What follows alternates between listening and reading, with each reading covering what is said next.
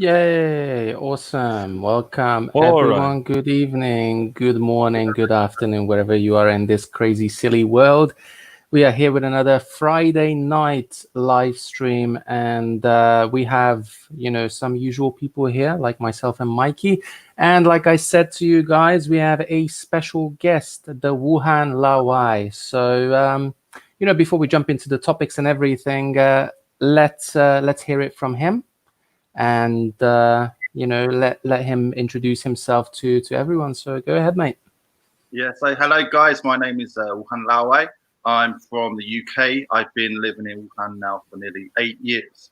So I actually experienced the coronavirus firsthand, like the lockdowns, everything else. It was kind of crazy thing to experience. So yeah, I'm really happy, really glad to be on here this evening. So yeah, thank you very much.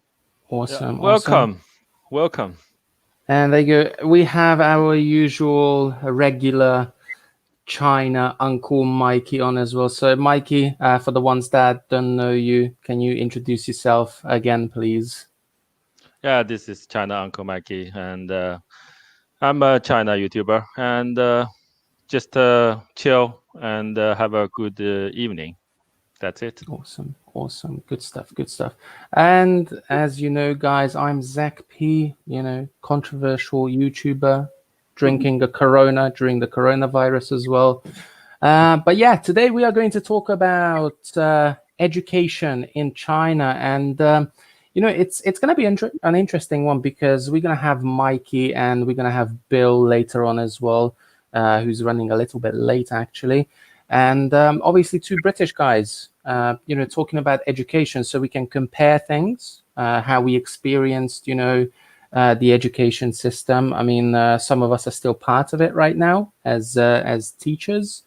And obviously, we had some experience as well. So that's what we're going to do today. We're going to compare things and see where it takes us. And, I can see that we already have, quite a few people watching us.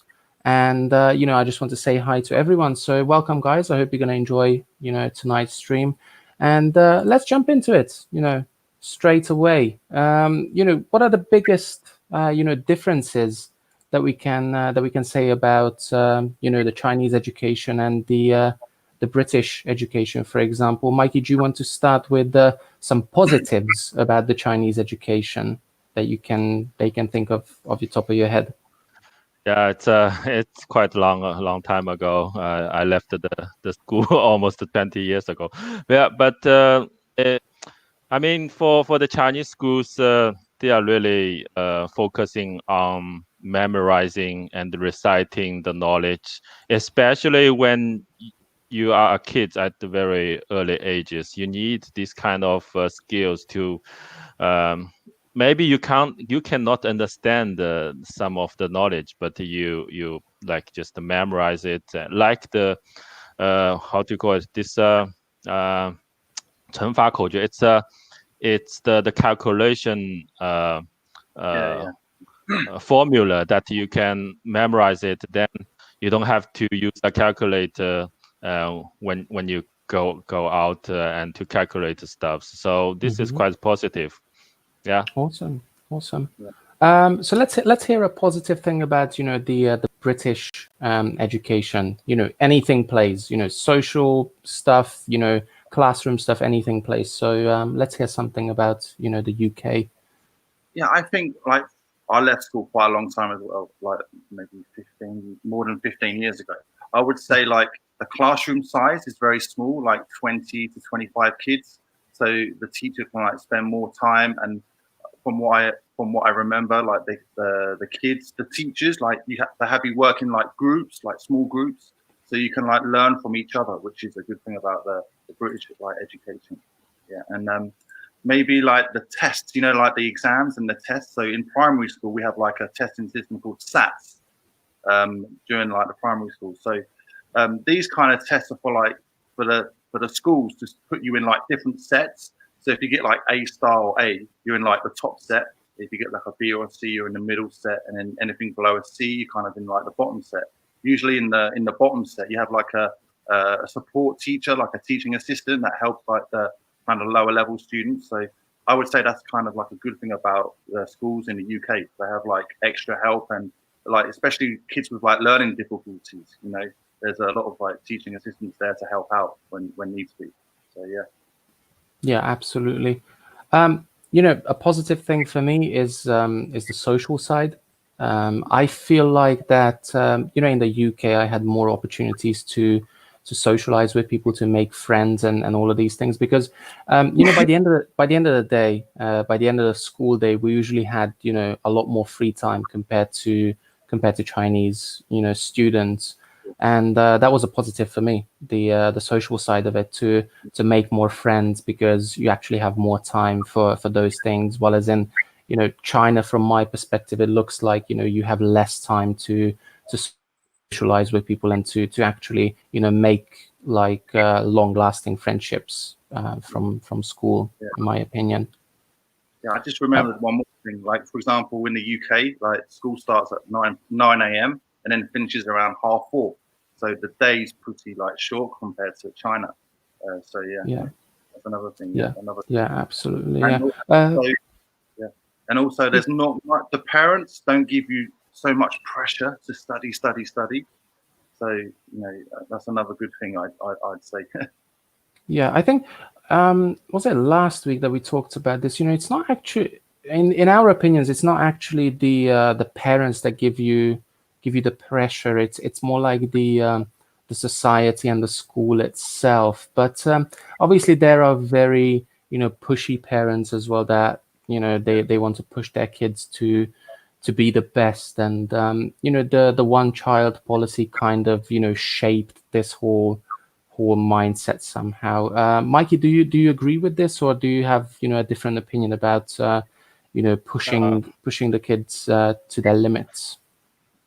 I do agree with you, and yeah, basically I do with you. I mean, another thing I want to pop up is in the UK system, it's really easy to get past. I mean, I went through the UK education system in the college period. You need to pass like 40% or 50%, then you pass the exam. But in the Chinese system, you have to pass like 60% to get it through. And in the majority of the time, like the parents, they are not really satisfied if you just pass the exam. They ask you to get like 95% of the scores, and to be on the top of the class, which means you will have a brighter future in China. So, Yeah, I do agree with that actually. The way that it works in the UK, from my experience, obviously, when I went to uni, during the first year, you only need to get 40% to pass the year, like a 40% like overall score, and you get to go to the second year. I don't think that's the case in China really. So yeah, I think that is definitely another positive thing about the UK.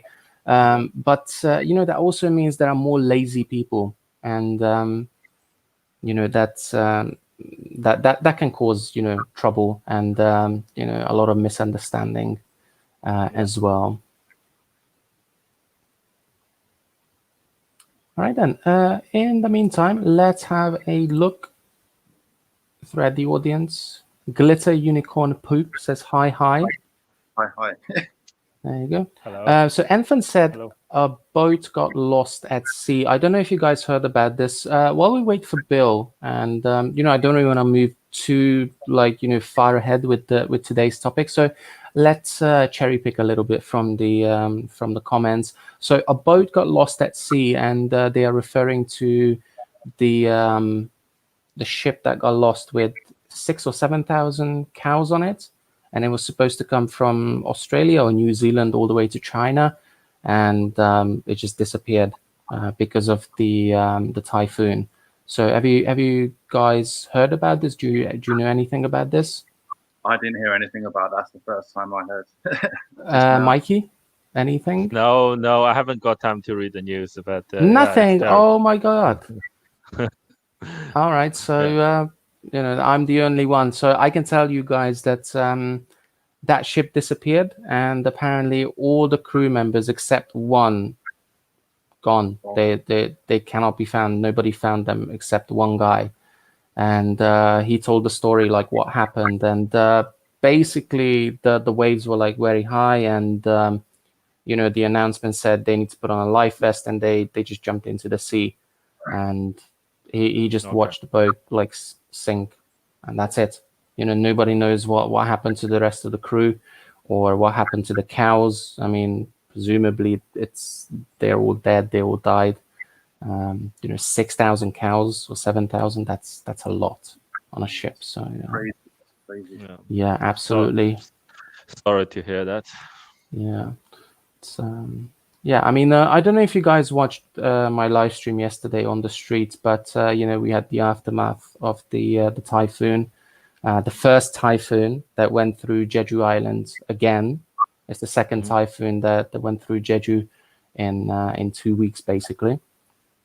And there's going to be a third one apparently coming on Monday towards the northeast. So we shall see what happens. But, devastating news. And Mikey's gone, but he's going to come back. I know he's doing this all the time. So, yeah.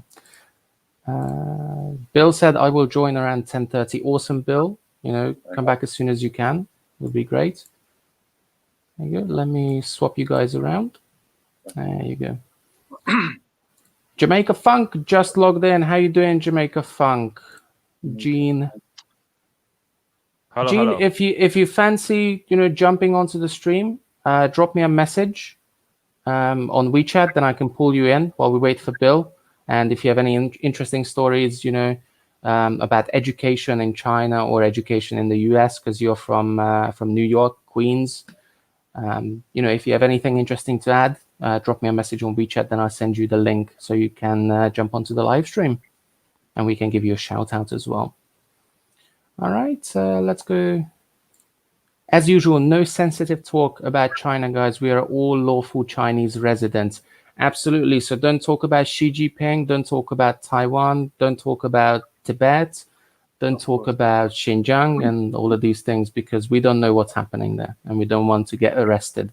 Especially Mikey. He's planning to go back to Sweden very soon, so he doesn't want to get arrested. Yeah. All right then. So, question for you, Mikey. Did Mikey study in the UK and Australia? Man of the world. Basically, I studied in a Singapore university in Shanghai back to the 90s. And at that time, I just quote the Chinese system. Actually, I just escape it because it's not a pleasant experience to get along with. So my parents was decide to ask me to enter like Western style education system to see if I can develop myself in a totally different system, which I made. And yes, because the Singapore system apply or adopted the similar curriculum or system from the UK universities. So I basically Mikey's gone again. But again, he's going to be back. Don't worry, guys. He's going to come back. He's going to be back in a bit. And he's already back. There you go. Sup, Mikey? I think your connection is really good tonight. Yeah, mine is crap as well. I don't know. I can't fix it because this is what it is. But yeah, as I said, the whole college and university time I went through the UK system rather than the Chinese university system. Then later on, I went to Australian and continue the education, which is similar as the UK system. So I fairly know both system. I mean, before the university time, when I was in the high school and the what's that called, middle school, and it was almost like you just follow the order from your teacher, which is so-called teacher, which is the management or administrator of the class. They usually don't do any lecture in the class. They just manage the people. It's like someone can control what do you think, what do you behave in the class, and if there's something going wrong, then those guys will contact your parents and try to give you a discipline, so and so. So we can dig into the details about the Chinese system in this show. Anyway, that's basically to what I can answer this question. Absolutely awesome answer, Mikey. So there you go. There's a question for all of us. What were your favorite academic subjects and why? Favorite subjects? The Wuhan Laowai. Science. Science. And chemistry. Yeah, because it's like in the UK, like it's kind of practical. The practical like subjects in the UK is like really interesting. So for me, science, like physics and chemistry, I really enjoyed that. And of course, sport. I really like football and stuff like this. Yeah. Yeah. Chelsea. Yeah. Chelsea. So, yeah. Mikey, favorite subject? Personally, I prefer the engineering.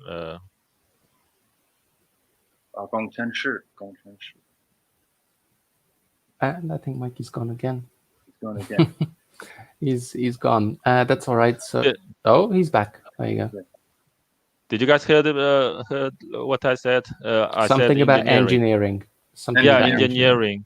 I love those classes that you can do demonstration and experiment, try to control the machine, control the signals, and you use the programming software to control those robots. I loved all those classes. Yeah. Awesome. My major is engineering, design, and innovation. Okay. Awesome. Well, actually, my favorite ones, because I had quite a few subjects that I really liked. My number one was sports, so like PE and all of those things, and that's what I'm qualified to do basically. Like I'm a sports coach basically. My second one was maths because I really like numbers and all those things related to numbers. So yeah, sports and maths. That's what I like. I prefer those subjects. So sounds rather simple and sometimes obvious, but somebody needs to like the simple subjects as well. No, it's not like everyone's going to be an engineer. So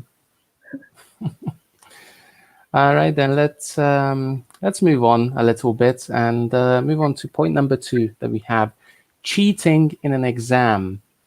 Now that's a tricky subject because we don't really want to upset the audience in the UK and we don't want to upset the audience in China. Well, we definitely don't want to upset the audience in China because if we say the wrong things, we're gonna get a visit from the police, I think. So yeah, what do we think of cheating in China in exams? Is it a thing? Is it real? Mikey, you're Chinese, so I think you can say a bit more than us. Yeah, I mean, to be honest, cheating is everywhere when I was in the school. So for those, the education system is very tedious. So you have to sit in the class and listen to those boring things for quite a long time. So in the majority of the time, like you sit there for 1 or 2 hours, you lose patience, Then in a majority of the group of the classmates are not to listen to what the teacher is talking about. So like in my class, I was always chatting with the others because the content that the teacher try to deliver is like one way. You don't have like a conversation back and forth that you can address some questions, but you can ask questions, but you have to ask it in a quite managed way. So you cannot like pop up like any thoughts, then that's gonna be also problem to you. So a lot of students are not very self-motivated to learn the knowledge. Then in the end of the semester, how to pass the exam, you have to cheat. So there are many ways of cheating. Actually, you write something on your hand, uh, you put a little I don't know how to call it. It's a square of the paper. You write it very small hints on the paper. Then you bring it to the class. Although like those teacher, they do like a search, or I don't know how to call it. Now you have a scan machine, but before you enter the classroom, then you have to show you are clean or something. But we still figure out a lot of way to cheat actually. So in other extreme case, when I was in the high school, one of my classmates, his parent is like working in the school, so they have a certain way that they can look at the examination paper. So he just record all the questions and spreading it to the class. So that's very helpful to everyone in the class to pass the exam. But it's not it's not how to say it. It's not some good things that I want to share, but this is the truth that I experienced in the school. So that's it. So I do have a side question for this, Mikey. Have you ever cheated on an exam before? Yes, I did. Take his degree back. He doesn't deserve it now. He cheated all the way through. I mean, let me put it this way. When I now was he's trying to save it. He's trying to save it now. Okay, go ahead. when I was in high school or middle school, actually, I didn't have a very clear thinking like what I should learn and what is the knowledge that I want to learn for my future. That's the problem. you just like blindly follow someone else, like the parents, the teacher, or whatever they are, and they tell you to learn this and learn that. But finally, I'm 40 years old now. When I look back for all the knowledge that I studied from junior school to high school, majority of those knowledge are useless. I have never used those useless things for my daily work. This is the issue. Basically, what I'm saying is I spent almost 10 years over there, but I gained very less. And those knowledge that I gained, it can be swapped or instead by computer, because you memorize something, now computer do everything for you. So this is the issue. But when I went to the university or college, when I look at my curriculum, I can pick up the course that I want to learn. Then I have the motivation to develop my skills in the university in a relatively a free system. But I'm not saying, because I don't have the experience in Chinese universities. Maybe they changed, but this is my opinion only. Sorry. Awesome. The Wuhan Laowai cheating in the UK. Let's hear it from you, and you can drag it out like Mikey did. Okay. Pretty much similar to what Mikey said. Like during primary school and secondary school, usually what they do is they set those chairs and those small desks out in like the sports hall. Yeah. So, and then like during like the exam or the test, you have like the teachers walking around sort of checking to see whether anyone's cheating. But I remember even I did it, even like a few of my friends write the answers or some notes on your hand, or you're allowed to take your pencil case like into the exam. So you write something on the paper, put it in like your pencil case or in your pocket. So it's quite common anywhere, all around the world. It's common, like these kind of things. But like, however, when I was at university, I didn't really cheat. Like, because obviously in the exams they're really strict. Just maybe some of the assignments that we had to do. Maybe I would like ask my friends for some help, stuff like this, especially some of the maths like questions, because my maths isn't really that good considering I studied engineering. So sometimes I used to ask my Chinese friends for help, especially for the maths questions. But yeah, I have to admit I maybe cheated a few times when I was younger in primary school, secondary school. Not so much during like university, but I did do it. Yeah. So yeah. So there you go. Side question for you: was any of those cheating techniques really useful? Like, as in useful, like, did it really help you to pass a test? Like, when you look back at it, like, was it really like that useful? I would say maybe yes and no. Some yes, some no. I would say in between. Yeah. Oh, but it's nothing. It's nothing to be proud of. But everyone does it. Everyone does it at school. You know what I mean? So. It's quite common. To be honest, none of those cheating skills are useful, because when the teacher is sitting in front of the class, he has a view of all what are you guys doing. So it's not a brilliant way to study. Yeah. So like during like secondary school, high school, obviously, like I said, they set those like the tables and the desks out. And there's like maybe at least 6 or 7 teachers like walking around like up and down the aisles just to like double check and see whether you're cheating or not. So yeah, absolutely. All right then, guys. So like I said earlier, we might have Jamaica Funk on the stream, and he's coming all the way from Jamaica, Queens. So he's gonna represent that, and I can see him down there. So I'm gonna pull him up on the stream right now. Yeah. Gene, how you doing? Is the microphone working? Can you hear me? Absolutely. We can hear you. Yes, okay, yes, I do. Hello, everyone. Great. Hello, everyone. Hello.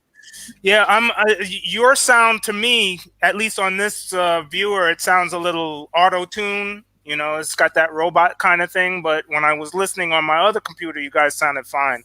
So I'm going to try to get through some of this, but thank you for having me on the show. Okay. No, absolutely. Anytime we do a live stream, you're more than welcome to join us, because you always have interesting things to tell us. So, feel free. Thank you. Well, by the way, you said I'm calling in from Jamaica, Queens. I represent I represent Jamaica Queens. I'm calling in from China. You know that. I know, but I'm just trying to hype it up a little bit. Yeah, I never left China. I've been in China since the thing that we can't talk about. Yeah, absolutely. Okay. So, Jean, I have a couple of questions for you because obviously you joined us a little bit late. I was listening though. Okay, so let's do the latest question: cheating in exams and just in general. Like, have you ever cheated in an exam when you were a student? Have you ever caught anyone cheating, and things like that? Because obviously you teach students as well. So you're asking about my experience in school first, right? Yes, absolutely. No, I never. I wasn't the best student, but I never cheated. I had perfect attendance in school. I mean, when all the other kids were going in front of, they were skipping classes and everything, and they were going to the park across from the high school. I'm talking about high school. When they were going to the park across from the high school and smoking weed and all that stuff, I never did any of that. I wasn't a great student, but I was definitely, I did all the right things. So I never cheated or anything like that.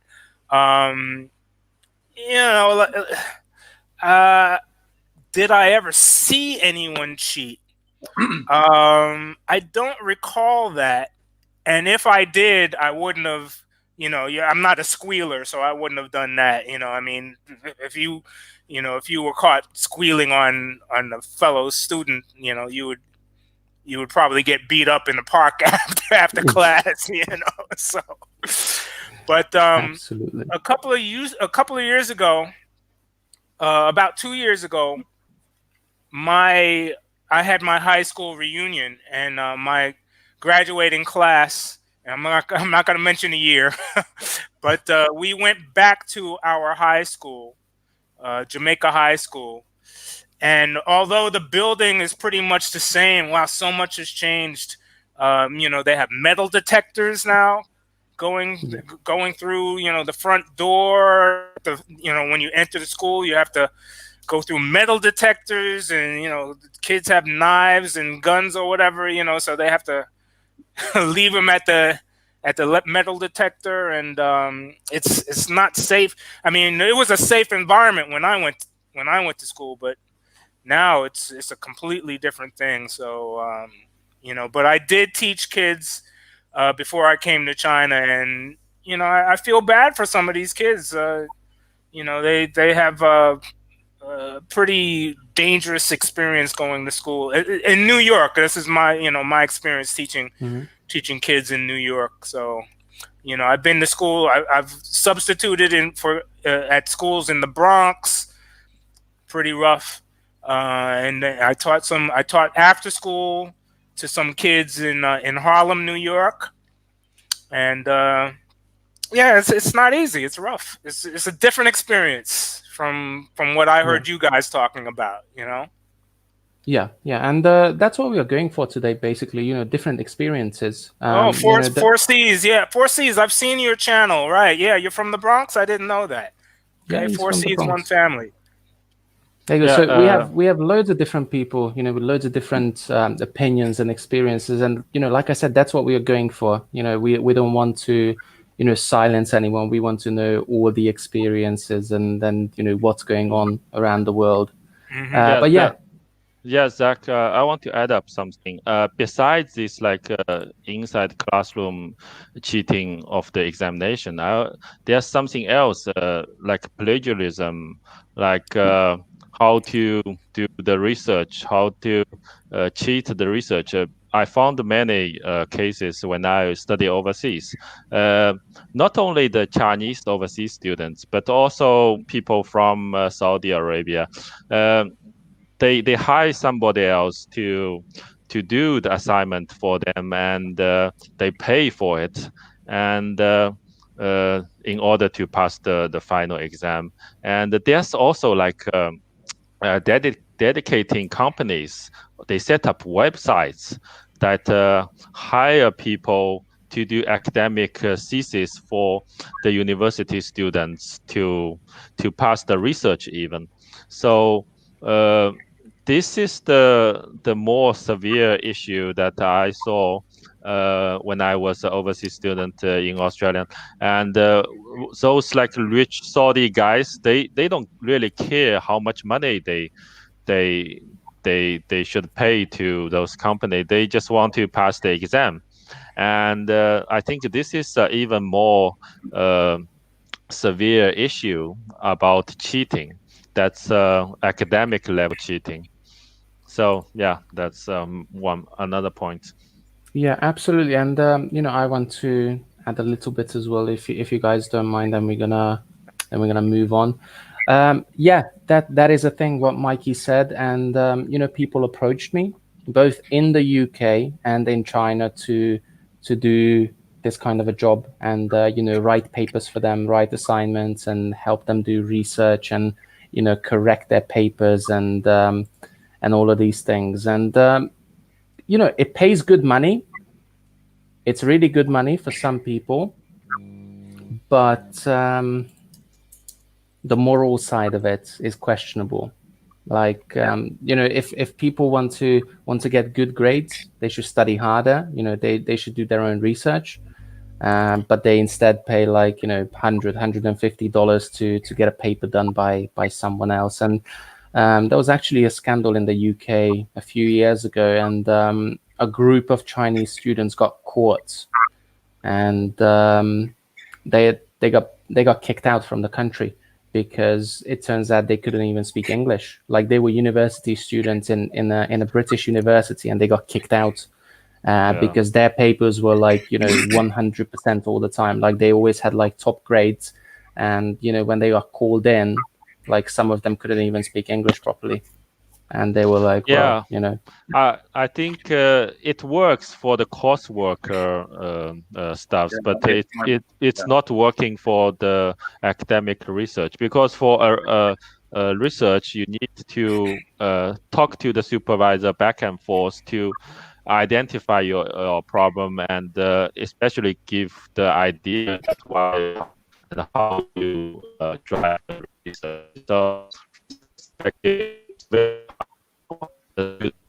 we're losing Mikey a little bit, I'm guessing.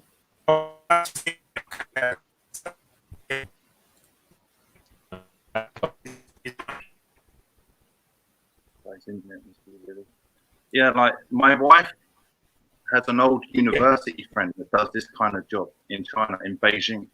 What she does is she writes like assignments and like theses for Chinese students that are studying overseas, especially in Australia and Canada. So yeah, it's quite common, like plagiarism, like writing like assignments for the Chinese students and others, not just Chinese, other students as well. So yeah, absolutely. I don't know if we lost Gene. I know we lost Mikey, but he's going to be back in a second. I'm not sure if it's my connection or it's you guys.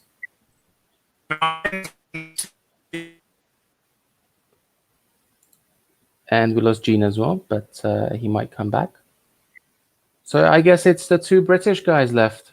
We can carry the show. Anyway, there was... Oh, there you go. So they said, why are we talking about cheating and education in general? Is this related to something that recently happened in China? Not really. We picked this topic because we want to move away from the typical political bullshit kind of stuff and name calling and, oh, you're a CCP shill, you getting paid by the government. We want to move away from that one. We want to have a neutral topic where we can talk about normal things, and where we can actually express what we really think, that we don't need to censor ourselves. So that's what we are going for today. And I think we talked about this yesterday as well, that we don't want to get involved in political stuff. Like, it's not our jam.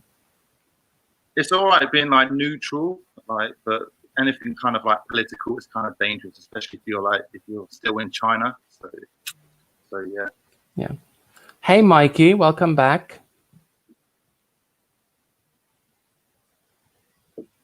I don't think he can hear us. Mikey, can you hear us? Yes, now I can, but I don't have the graph. Can you guys hear me or? Yeah, we can hear you just fine. Okay. There's one Where are thing we now? Where's Jamaica from? the internet connection in China is so slow. Yeah, just make sure your VPNs are off, guys. You don't need a VPN. Yeah. No, I just I shut off everything. Let me maybe. Okay, I sign off. Fair enough. Anyway, Zack is not a very good shill. No shill awards this year. Maybe next year. Who knows? Are we Zack, both did from you the watch- UK? Yeah, we're both from the UK. Yeah. Did you watch Prime China's Shield Awards? Yep. So he gave out the awards this year. You know, not many surprises, I would say. Sweet Zacky boy just wondered, understand before I input. Feel free, man. Zack isn't a shill. Damn it! I want to be a shill. And finally, tonight we are going to have China Bill. How you doing, Bill? You're outside. What are you doing outside?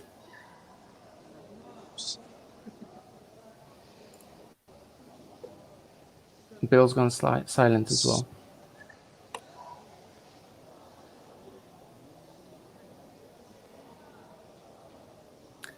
Anyway, Zack, into 2020 to get consideration. Guys, you are making us drift away from the main topic. We can't do that. We cannot do that. We cannot do that. So we talked about cheating in an exam. Let's move on. The importance of good grades. How important is it to get a good grade in England? Like, you have crappy grades. For example, you have all Bs and all Cs. Can you still get into a uni in England or in the UK? I think you can, even if you have like C's. But it depends on what type of university. If it's like a lower class university, then yeah, maybe you can. However, in the UK, as you know, they have like a different kind of system. You know, apprenticeships. So those who don't really get the right grades to go on to university, they can go to community college to study like a trade. For example, electrician, plumber, carpenter, a chef.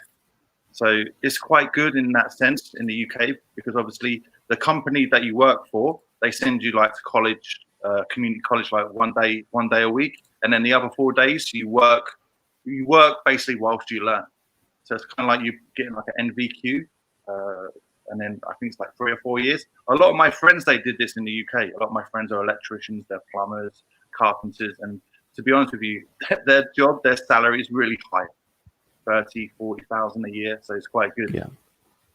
So there's like a choice for a lot of people, whether they want to go into university or they go to college to study like a kind of trade. So yeah, absolutely. All right, then. So by the looks of it, we have Bill. You guys finally here. Yay! The show is complete. You still buffering? And we have Jamaica as well. We have Gene as well. Oh. And Bill's just gone. Maybe he pressed the exit button. But there you go. We're all back. I think I'm back. We're all back. We're all here. That's awesome. Wow. Awesome. Let me put you. There you go. I'm gonna put Bill up here so you three guys can stay up there. There you go. Finally. Awesome. Finally. So the four-person stream turned into a 5 because we managed to, catch Gene to join us, and we are very thankful for that. So, yeah, let's carry on, guys. Let's go. Okay, Bill, anything that you want to add about cheating or the difference between the two countries, or anything like that? Absolutely, guys. I am so excited, and I'm so regretful that I missed the initial segment that you guys talk about. So about the cheating in China, I have something to say because I cheated in exam when I was in high school, And I don't think it makes any sense because, like, in the ordinary tests you are doing in China, you can cheat. But when it comes to the college entrance examination test, you cannot cheat. So, like, in terms of cheating in China, I think it's not really making sense. But when it comes to college, like, everything gets really lackluster, like, and the people start to cheat, and which is why I don't think like the Chinese education system is really effective, because like people study really hard in their high school to get good college, and there's no cheating in high school. But when it comes to college, everything gets lackluster, and everybody starts to cheat, and no one holds it accountable. So yeah, that's one of my ranting about the cheating in China.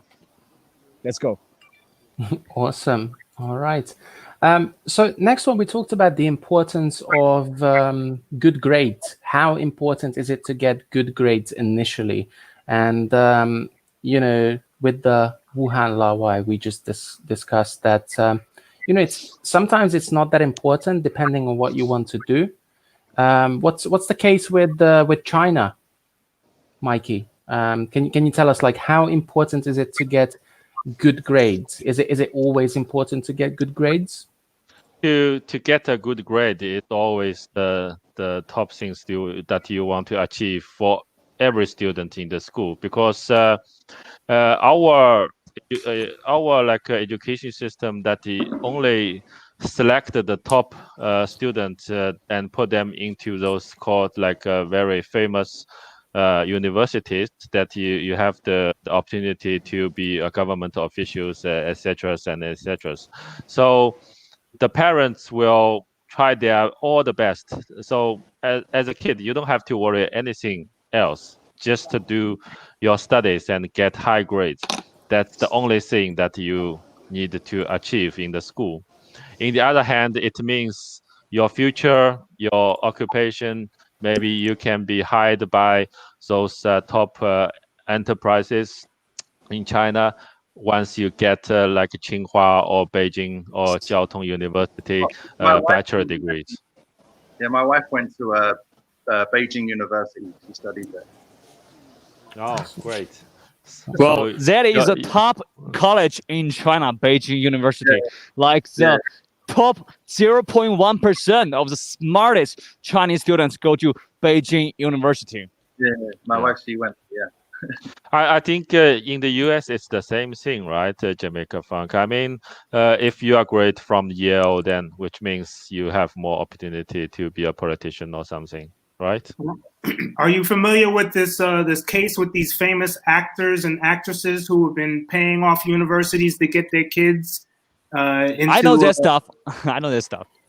Yeah, it's the woman from Full House, I think, McLaughlin was one of them, and then another woman from Desperate Housewives. So they were paying a ton of money, like 10 grand or something, to get their kids into into Ivy League schools, and their grades were not, I mean, the fact that they were able to get in because the parents paid them to get in meant that students who were qualified to get in had to get pushed out. So this is a thing, and it's kind of I think they call it payola. So this is, but in America, the grades are important, but I mean, some of our biggest entrepreneurs, people are focusing now on being entrepreneurs. Mark Zuckerberg and Steve Jobs dropped out of universities and things like that. So I don't think as far as universities are, I don't think people are placing that much importance on that anymore. It's kind of like, let's get a good job, create your own business, and bypass all, because a lot of people end up paying back those student loans or trying to pay back those student loans for years and years after they graduate. So a lot of people nowadays, they're skipping over universities. Yeah, Yeah. absolutely. Hey guys, Um, let me interrupt a bit. Sure.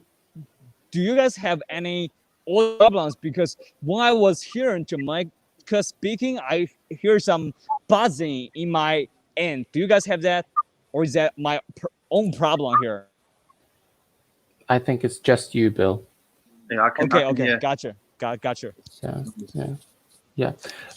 So the next one, actually, Gene brought up an interesting one about the student loans, and that's something that I wanted to talk about, but I wasn't sure if it's if it's going to be relatable at all. But since he talked about it, might as well we could jump into it. So, student loans in China, student loans in England, student loans in America. So we can talk about three different countries. Um, Mikey, obviously you went to uni, so let's start with you. Have you ever had any student loans under your name? No, so sorry.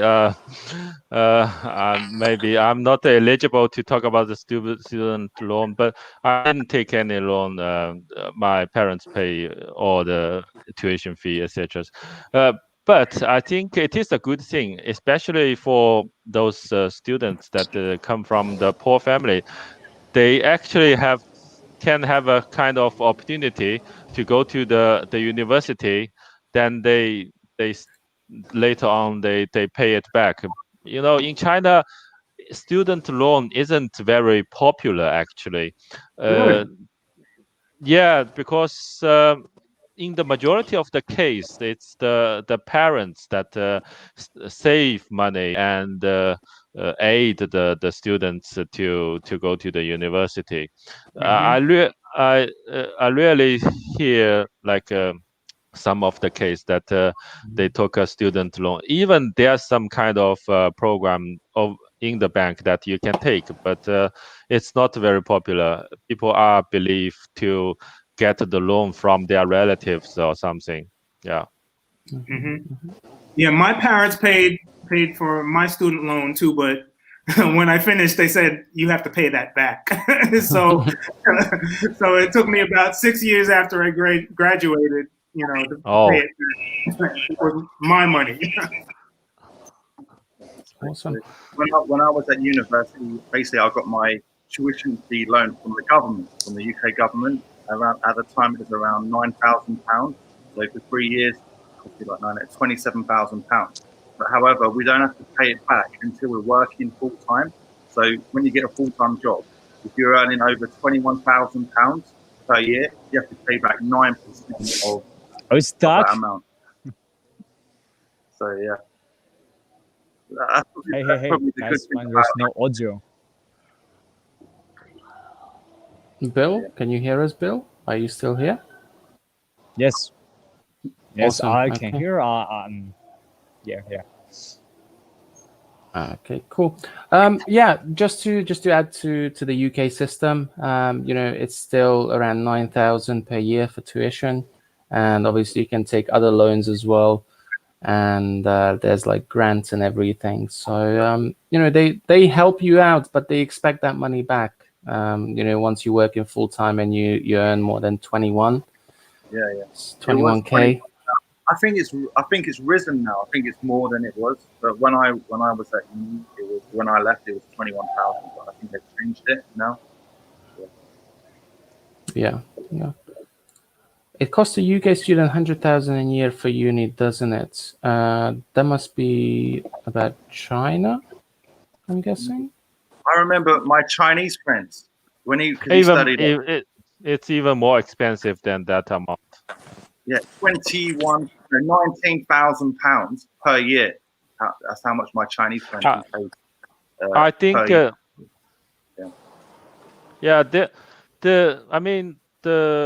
The UK education system treats the overseas student differently as the domestic students. So Chinese students will pay way more than the local students, maybe 3 or 4 times more expensive than the locals.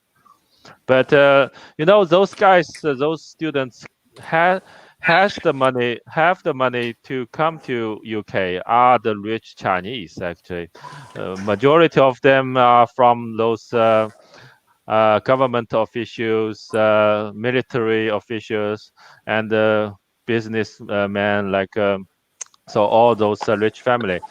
Most of them don't care such amount of money, so they just waste the money overseas, and learn nothing. Especially they don't care about your political system. They don't care the knowledge that they can gain. What only they care is that kind of paper they can bring back to China, and that give them opportunity to be hired in the top national owned state company and find some kind of position over there. This is their motivation. Awesome. So somebody just pointed it out that in Germany it's only 200 euros for a year for tuition fees, and in Europe there are some countries, for example Denmark, where it's completely free to do higher education. Yeah. And a lot of the Scandinavian countries like Sweden, Norway, Denmark, it's free. It's free to study. Yeah, I actually applied one MBA in one of the Swedish university, and they accepted, but I didn't go because I don't want to waste their education system. But I was just trying to to try if it's all worked out for free. It is free for any temporary resident or permanent resident and the citizens. So it's really good actually. so somebody said, I'm surprised China isn't free, being a communist and all. Is China really communist? I mean, actually, we're gonna. That's the topic that we are going to do 2 days later. Yeah, on Sunday we're gonna talk about this on Sunday. If it's really a communist country or if it's just communist on paper. Just a short hint. By law, in the media, China is definitely a communist country. Cannot say China isn't a communist country. Then the government gets pissed off. So China it is a communist country, but there's different types of reform, especially economical reform, which is going on in this country. But that's a totally different story. We can talk about that in next stream. Absolutely. So it's 9K for UK and EU students as well. So I used my EU passport back then, my Hungarian passport, to apply for university in the UK. And yes, it is 9,000 a year. Freaking expensive. I mean, for the majority of the Chinese students, if 9K UK pound is tuition fee, that would be ideally priced for most of them, I remember when it was £3,000 back in the day. when I got 2 bachelor degrees. Like the first time I paid 3,000, and then the second I'm doing engineering, design innovation through the Open University. But that only cost me £5,000 per year. So yeah. Yeah. Awesome. All right, let's move on. There are still how many? 5 more pointers that we have, about this topic. Student life. Which one is easier? Which one is cheaper? Which one is more laid back? Chinese, American, or the British one? Which one is better in those things? Mikey, what do you think? Is the Chinese the student's life? Yep. I mean, yeah, China. I know you need to censor yourself, but just it's okay. It's about students. Like, we're not gonna get arrested for this. Yeah, I mean, once you get into the university, especially in China, then you have like 4 years playing time. you don't study anymore because you spend all your energy before the university entering examination. Then after that, most of them like dating with girls and play video games. Any kind of entertainment can be adopted in the university life. But yeah. Awesome. But if you want to study overseas, then if you have certain targets or certain goal to achieve, then you don't want to waste the time. Then it's a totally hard job to achieve, because first you have to face to the language barrier. So learning language is very hard. In the meantime, you have to learn the knowledge for your curriculum. That's also another thing. And even because if you want to get a job, maybe in UK or in Australia, in any other countries, you need to get a good GPA. So then you have to spend a lot of time in studying. So yeah, that's what I can say. Awesome. So there is a comment here: huge drug culture at the British universities, and someone. I think I'm the most recent graduate, so I can probably give you guys a heads up. Yes, drinking and doing drugs and partying and socializing and banging chicks is big. I mean, there are student nights, like specific student nights. Like down in Cardiff, it was Mondays and Wednesdays. Those were the student nights, and everything was like half price or like 60 or 70% off. Like you could get like 5 Jaeger bombs for like £10 and stupid stuff like that. And you would see like half naked girls at like 3 a.m. in the city center and things like that. And that was just Cardiff. And Cardiff is, it's not a huge city. I mean, it's the capital of Wales, but, you would see those things every Monday and Wednesday and Saturday as well, because Saturday is, it's another party day, and sometimes Fridays as well. So actually like four days out of 7, you would see those things, like people partying and, crapping and peeing everywhere and, throwing stuff up, and yeah, it would get crazy.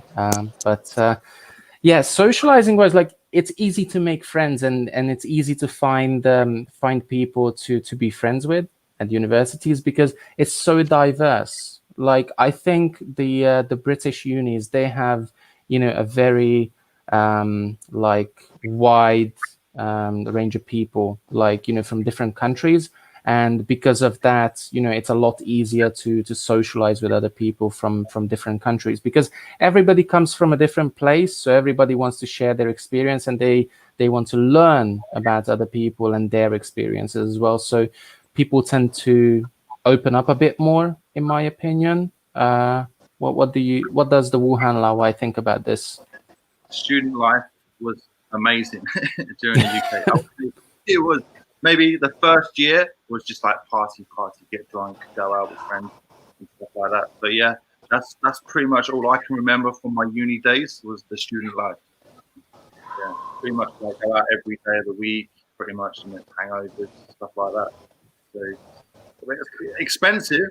I had to get like a part-time job while I was at uni as well, because like obviously you can get the bursaries and the grants. You used to spend that on like alcohol and like drink, like food. And then I got like a little part-time job just to make up the money. So yeah, it's kind of a good life, but it's a little expensive at the same time. Well, unless you do pound a pint nights. I remember there was one pub near my uni that was doing that on Mondays. They would sell, what was it, Carlin? They would sell Stella and Guinness. They would sell Guinness for £1. That was awesome. Kind of fighting it. Yeah, there you go. Gene, coming up to you. What can you tell us about student life in the US? Well, let me talk about like when I was in college. Okay. I went to art school in New York City. Art school in New York City. All right. Did you ever see the movie Animal House? Yes. So was it like that? Movie. So Food is the movie based on your experience in your life then, is it? Let me just say, we related to that, that whole, that whole culture, I mean, like I said, I never did drugs or anything like that, Yeah. but I was around it, I was around it, and, because even then I was a musician, so, I mean, just being in a musical environment, playing music and everybody around you is doing all sorts of crazy stuff. I've seen some crazy, crazy things, for some reason, nobody ever like forced me or tried to push me to do that. Everybody respected, if somebody would offer me something, I would say, no. I never liked the idea of not being in control of myself because, like I said, in high school, I would see friends of mine getting high in the park and everything. And that just, I didn't get it. I never wanted to do that, but they were still my friends, so I was still there. I was still with them. Some of them didn't make it too far after high school. Some of them, died really early because they just abused all of that crazy stuff. Now, I think the conversation, especially here in China, with COVID and all of this stuff, it's a completely different thing. I'm at the university now. I'm teaching at a university. And students are starting to come back in, and they're going to have to be quarantined again, and this is, I mean, I feel really bad for these students now, because it's an international school, and, they're not experiencing college life the way it should be, even if it is China. I know Chinese students are very conservative, but, like I said, this is an international school. So when I see the students from other countries and they have to be on lockdown and they can't go out, they can't leave the campus. Some of them won't be able to leave their dormitories. So college life is about to change everywhere, really, not just here in China. America, whatever they're dealing with in the United States, it's going to be a completely different bag once they get started there. So Awesome. It's not the Animal House for a long time. Awesome. So Michael said, I've only seen the American like student life in movies. Top of my head, American Pie. American Pie. I don't remember that. But how about Ferris Bueller's? Ferris Bueller. You remember that one? If you give us the storyline, rundown, then maybe I can. So Ferris Bueller. Who is the guy who played him? I can't remember. But Ferris Bueller, he was like the guy who could get away with everything. He could cut class. He was the most popular kid in school. And the teachers were trying to get him. There was one teacher who was always trying to get Bueller, but Ferris Bueller was always a couple of steps ahead of him. So he could have parties and he could do everything that he wanted. It's a classic. It's a classic. Matthew Broderick, that was the actor. Matthew Broderick. I think what is that, like 80s, 70s or 80s? Yeah, 80s, right? Yeah, that's a bit, before me, so it's not really my thing. Maybe the Wuhan Laowai knows this one. He's a little bit older than me, I guess, but yeah, 80s movie. The 80s had a lot of movies. You had what was the other one? The Breakfast Club. Remember that? Yeah, one? Breakfast Club. Yeah, I think we all know the Breakfast Club. At least I know the Breakfast Club. Yeah. Yeah, absolutely. So yeah, 80s was definitely a big period for college and high school movies. Ferris Bueller's Day Off. Yeah, Blue, that's it. So Blue knows it. All right then. Okay, so let's move on, guys. In the meantime, feel free to cherry pick some comments while I'll find the next thing. Also, Bill, you've been very quiet all day. Tell us something about the student life in China other than what Mikey said. Do you have anything else to add? Tell us something about the student life in China other than what Mikey said. Do you have anything else to add? tell us something about the student life in China other than what Mike said. Do you have anything else to add? Tell us something about. Hey guys, before I start, can you hear me? Because I'm having some Yeah. audio problems on my end. That's what I'm concerned about. Yeah, Yeah, we just can hear you. just go ahead. Yeah.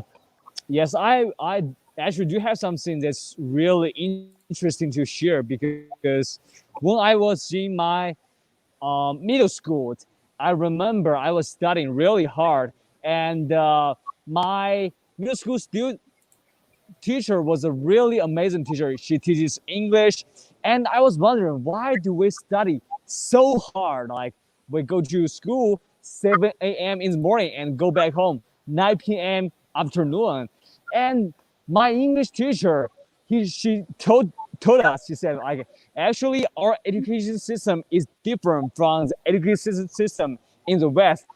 She told me that, like, in Western countries, like students usually have way more free time to develop their interests, their hobbies.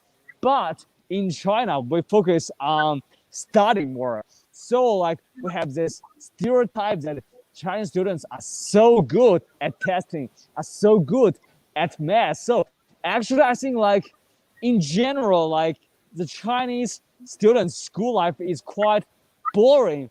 But in this boring time, if you can try to find out some time to like let's have a relationship, that will be way more wonderful than let's say if you have way more time, because like you do not have time to do that. And in China, if you do that, that's really a precious thing.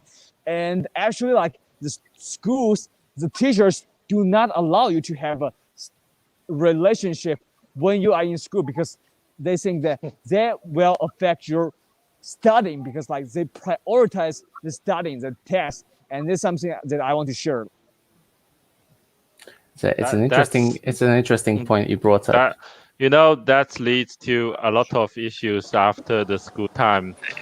That's why we do see a lot of like leftover girls, leftover men in the society. It's hard for them to have a relationship because in the majority of the school time they are forbidden to talk to the girls. I mean, that's the problem actually. That's against to humanity actually. Yeah, absolutely.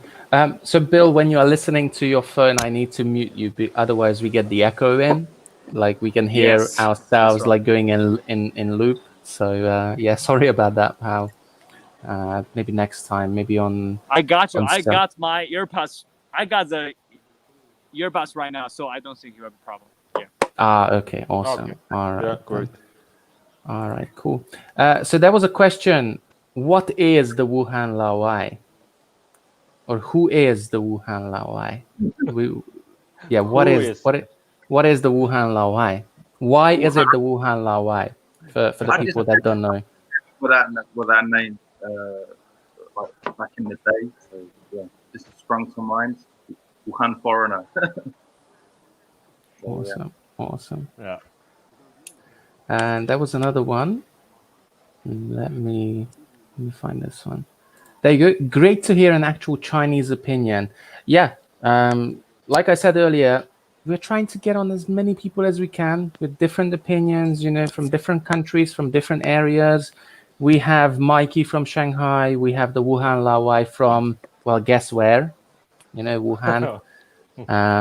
But obviously from England. We have Bill. You're in which province, Bill?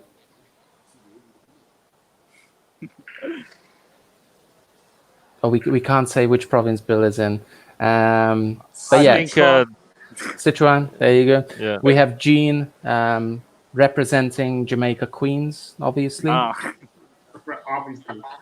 Obviously. I mean, you like to tell everyone that you are from Jamaica Queens and you're proud of that. So I represent. Yeah, and there's nothing wrong with that. If you like where you come from, if you like where you live, then be proud of it and tell people. Absolutely, man. You know how much cred I get in China for just for saying that I'm from New York? You know? Yeah. That's actually on my go-to list. Like, I have like a list of places that I want to go to. New York is definitely in the top 5. Well, Like don't New go York. there now. Don't go there now. Well, I'm not planning to go there now, but in the future, Live streaming. definitely. Live streaming. All right then, guys. Loads of comments, but we can't get through all of them. So let's move on. Next pointer. Which education system offers more stability long term? So you graduate from uni, and you want to get a job. Which country is it easier to do so? Which one gives you more stability long term? Like, you're always going to find a job. Which country do you think is better in that aspect? From my honest opinion, like, in the UK we have like the job centre. So obviously, like, if you, like, let's say you graduate from university or you didn't end up going to university, you can go to this like special place, like a government like facility, and they can actually help you find a job and like set up like job interviews based on like your skills and what you learned. So I think the UK is kind of good in a way, and also they have like, whilst you're looking for a job, they have like a thing called like job seekers allowance. So that you get like some kind of income every 2 weeks. It's not a lot, but it helps. So I think in a way maybe the UK is quite good, but I don't know about like anywhere else in the world. But that's my honest opinion. Awesome. Gene, anything that you can add to this one?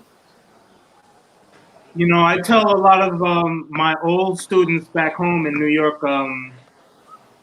to definitely consider China and Japan, consider Asia. Japan was still my first choice to try to come out here to work. And if you're younger, I would absolutely suggest either China or Japan. I mean, if I had known about China before, maybe 10 years ago, I mean, I was so focused on coming to Japan. But if I had known, that China was actually pretty cool, I would have worked on that. I would have gotten here a lot sooner. So I would absolutely recommend, and that's why I post my videos, to share it, with people back home in the States, and they don't have to go through the negative rhetoric that's going on in the media, and they can actually see, well, Gene is actually there. And he says this is what it is. So I would recommend China or Japan, any of these, and because that's what I know. I know these places. I would like to check out Taiwan and some of these other places, and Vietnam. I'm hearing a lot about Singapore, and I've been to Singapore, but I don't know about work opportunities there. So, but from based on my experiences, I would absolutely recommend China. Awesome. So, Chair, like the one that you sit on, asked us the question: are they answering our questions? Simple answer: yes. Moving on, Mikey. What can you tell us about this pointer? Shout out to Chair. Uh, it's a quite hard question. It's really depending on your situation. Actually, if you are foreigner and you are looking for something different, definitely you should come to China and experience this country for 3 or 5 years, and then, because foreigners are treated quite well here, especially if you are come from those developed country. And for those rich Chinese, maybe it's also China, because they have their connections, and they have their guanxi here in China. They can earn money quite easily. So that's why a lot of Chinese international students, after they graduate, they don't choose to stay overseas to get like overseas working experience. They just come back to China directly, because they have a certain business that they can take care back here in China, or they have some like a national company high position that they can host into.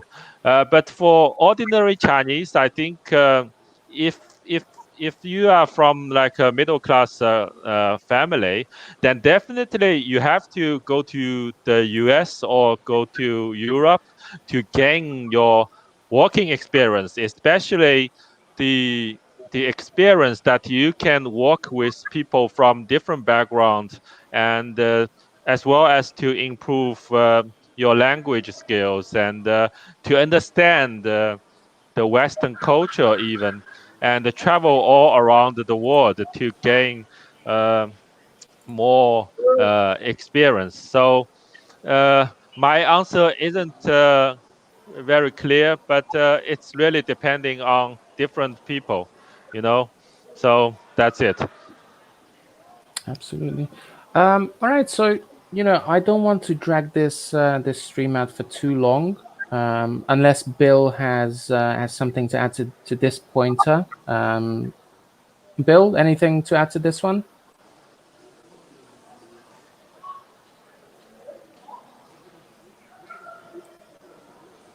Did we lose Bill? We might have I guess I'm sorry that because of the internet problem on my end, so I didn't know the previous problem. So Okay, can you guys remind me of the previous issues that we are talking about? So which education system offers more stability long term? Like which one is a more stable choice for long term?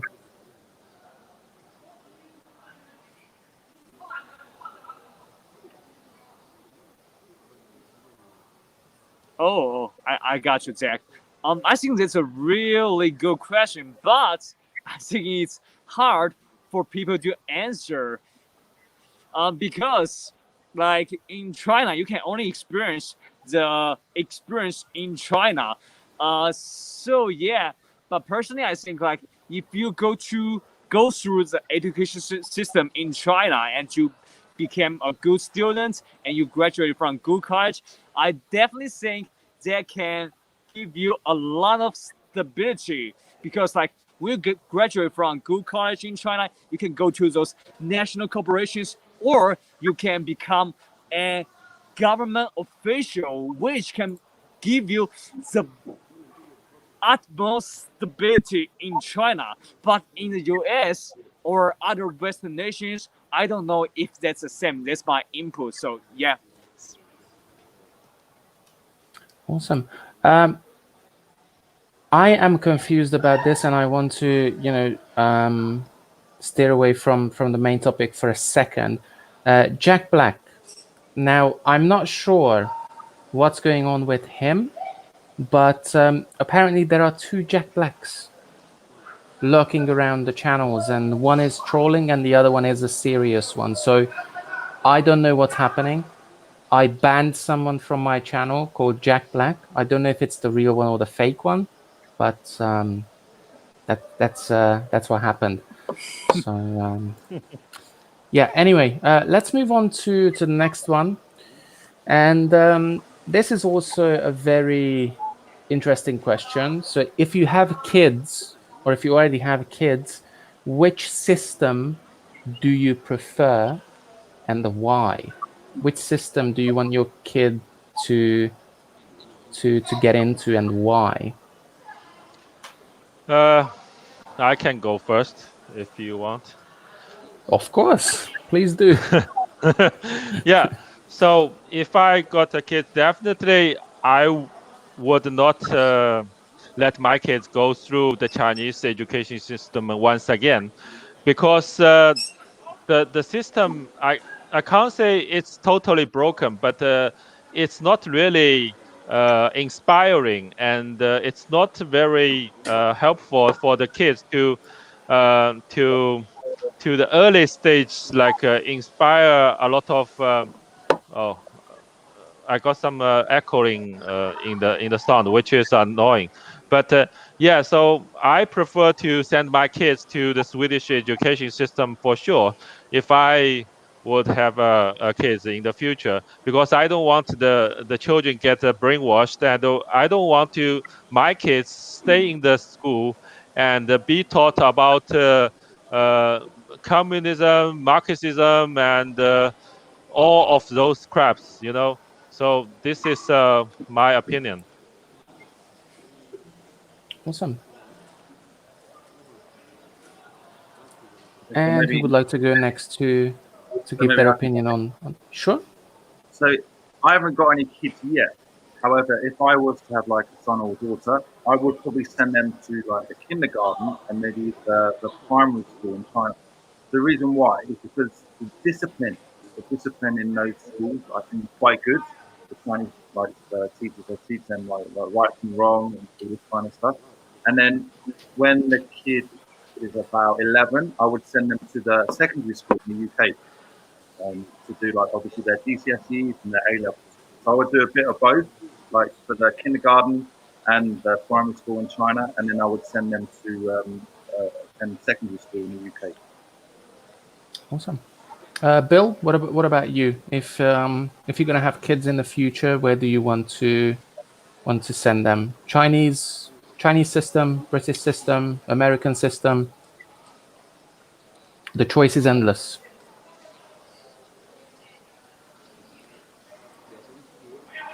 Well, I'm gonna be brutally honest. First of all, definitely not the Chinese education system, because the Chinese education system, as you might know, is quite rigid. And personally, with my experience, I think it really stifles your critical thinking and innovation. And just like those really rich people in China, like Jack Ma, or like those top government officials, they really send their kids to study abroad. So I think like it's just a very wise choice to send your kids to study overseas, because I mean, like, I don't know, like, China's education system just doesn't encourage critical thinking and innovation, and that's the aspect that I really value. Yeah, that's my perspective. True. Awesome. Gene, anything that you want to add? If you have kids in the future? Yeah, I'm not gonna have kids, but but I agree with Bill. If I did have kids, and from what I've had this discussion with other people, who are considering having families, who are currently in China, they all agree. No, they wouldn't send them to school here in China. What Bill said is right. I mean. The students that I've taught, they definitely seem stifled. That's the word he used, and I will have to say, even though America it's got its problems, but we are creative, and it starts at school. Again, I went to art school, so I'm as creative as you can get, and I learned that it was the environment that did. That's why I always talk about New York. Because it's a creative environment. So even though we have those problems, I think I would homeschool now. I mean, I would. I don't trust the institutions in New York and in the United States too much anymore. Especially I'm gonna have a black kid, so I would homeschool my kid, but not in. I wouldn't be in China. No, Bill is right from what I've seen. Awesome. Yeah, I mean, personally, I would probably do something similar what the Wuhan Laowai said, and start off in China, then transition, myself and my family to a different country, possibly somewhere in Europe, maybe America or New Zealand. These are all possibilities, and just so my kid can get a different experience from all of these places, and he or she can understand the differences and see the world basically. I don't want to get stuck in one system and one system only. and that's why I think some people need to be careful when they pick an education system, and people should try to keep an open mind. But yeah, I do have to agree with Bill as well in what he said. So yeah, I mean, by the sounds of it, we don't really have any differences in our opinions. We don't really disagree with anyone. But yeah, Bill, anything else to add? I would say like in Wuhan, they have like a lot of like international schools, like private schools. So if I had a No, chance let's to- move on to the next topic. You want to choose the next topic? Go ahead, Bill. What's the next topic?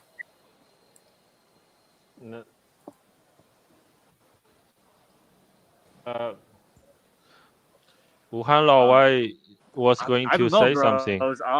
Because I have buffering on my end, so like there's some buffering on my Um, end. So Oh, it's so I yeah, can't. so yeah, So you Bill guys Bill go has first. a I'll be delay. waiting.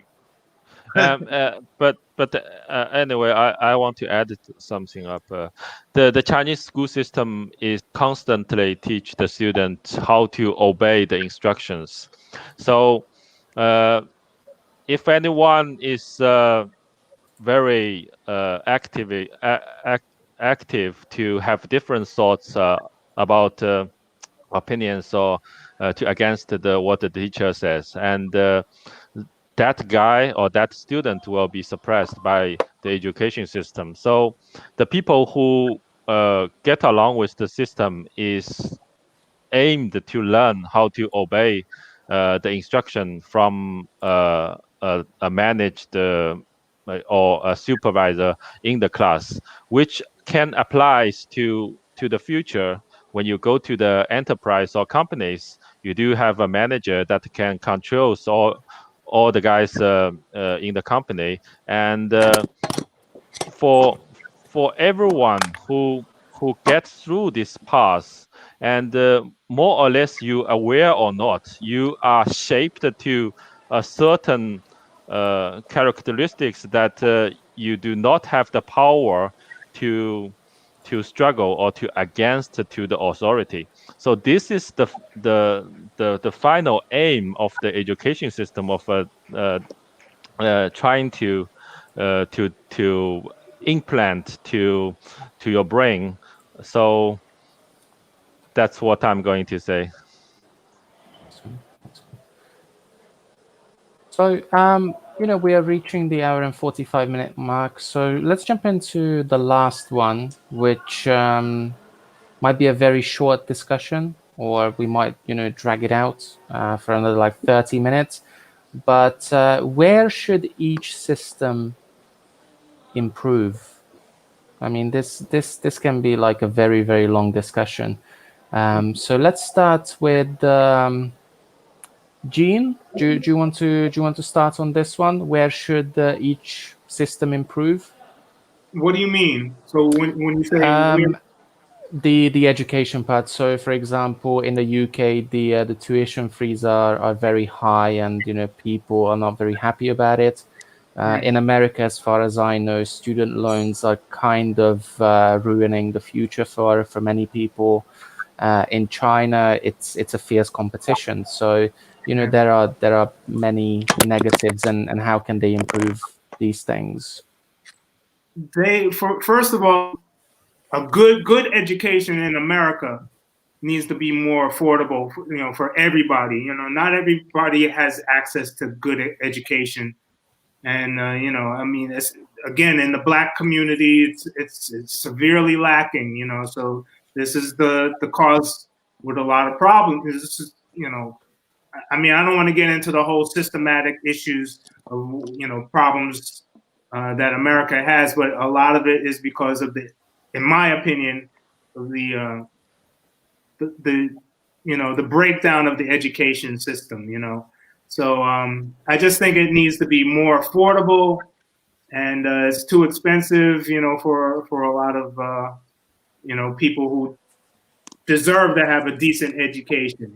So it shouldn't just be for the elite rich people who have access to these things which lead to better opportunities and better jobs and everything. So that's my point of view. Affordability. Awesome.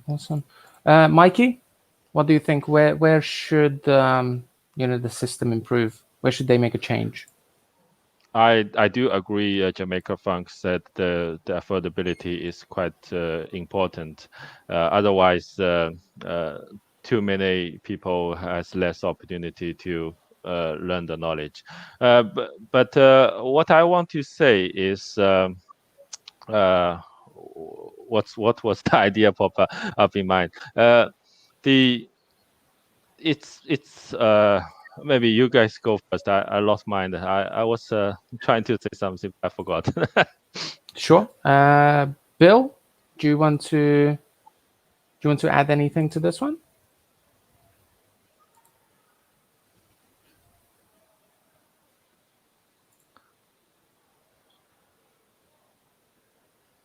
Oh, sorry.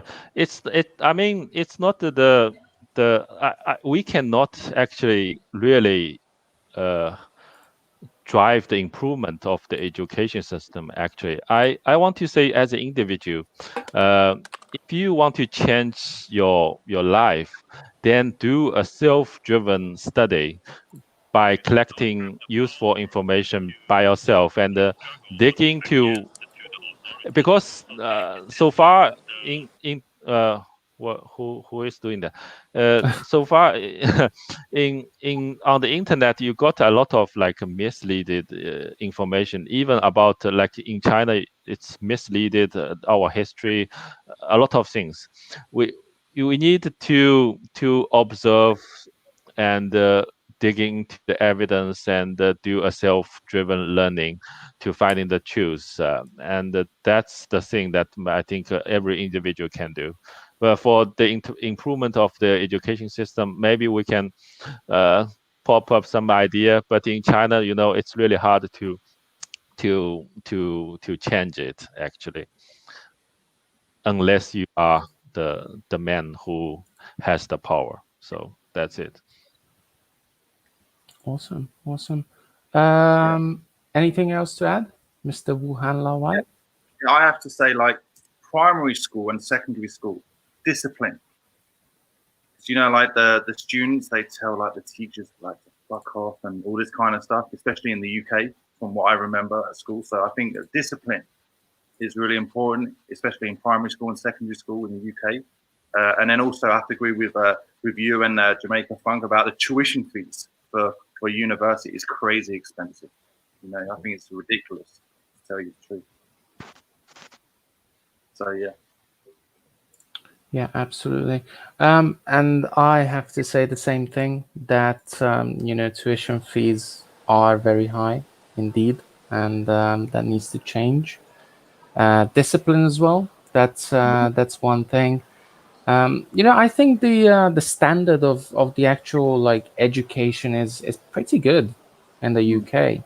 Like I don't actually have any problems with the level of education and where it's going. It's like you guys said, the affordability and the discipline from the students that needs to improve in the future. But I don't think this is really an issue at universities, but bullying, which is kind of related to discipline. But bullying among students, that is something that needs to change, and I think that is also an issue in China that needs to change. Like sometimes I can see videos from Chinese schools that kids are beating each other up, and it's not great. And the same thing happens in the UK as well, and I'm sure the same thing happens in the US. So bullying is something that we should try to change, and people should try to challenge more often, and not just brush it off, in my opinion. So yeah, Mikey, do you want to answer this question? Yes. As I said, I'm fully aware about the Western propaganda, so-called. but I'm against to say if the Western society has so-called like misleading information and propagandas, then China is much way better than that. This is what I against too. So we have to isolate the issue. If we are talking about China, we just talk about China. We do not do a what about, then we bring some like Western issues and do a comparison. Then we will mislead the direction. So go back to this question. Yes, of course I do. So I'm trying to improve myself to have the ability to distinguish which part of the information is that I can look at. But this is something more that we can dig into. But for the short answer, yes, I know, and I agree with you. So that's it. Awesome. Let's try to get Bill to add something to it, because he's been very quiet and obviously he's been buffering for this time. So Bill, anything to add?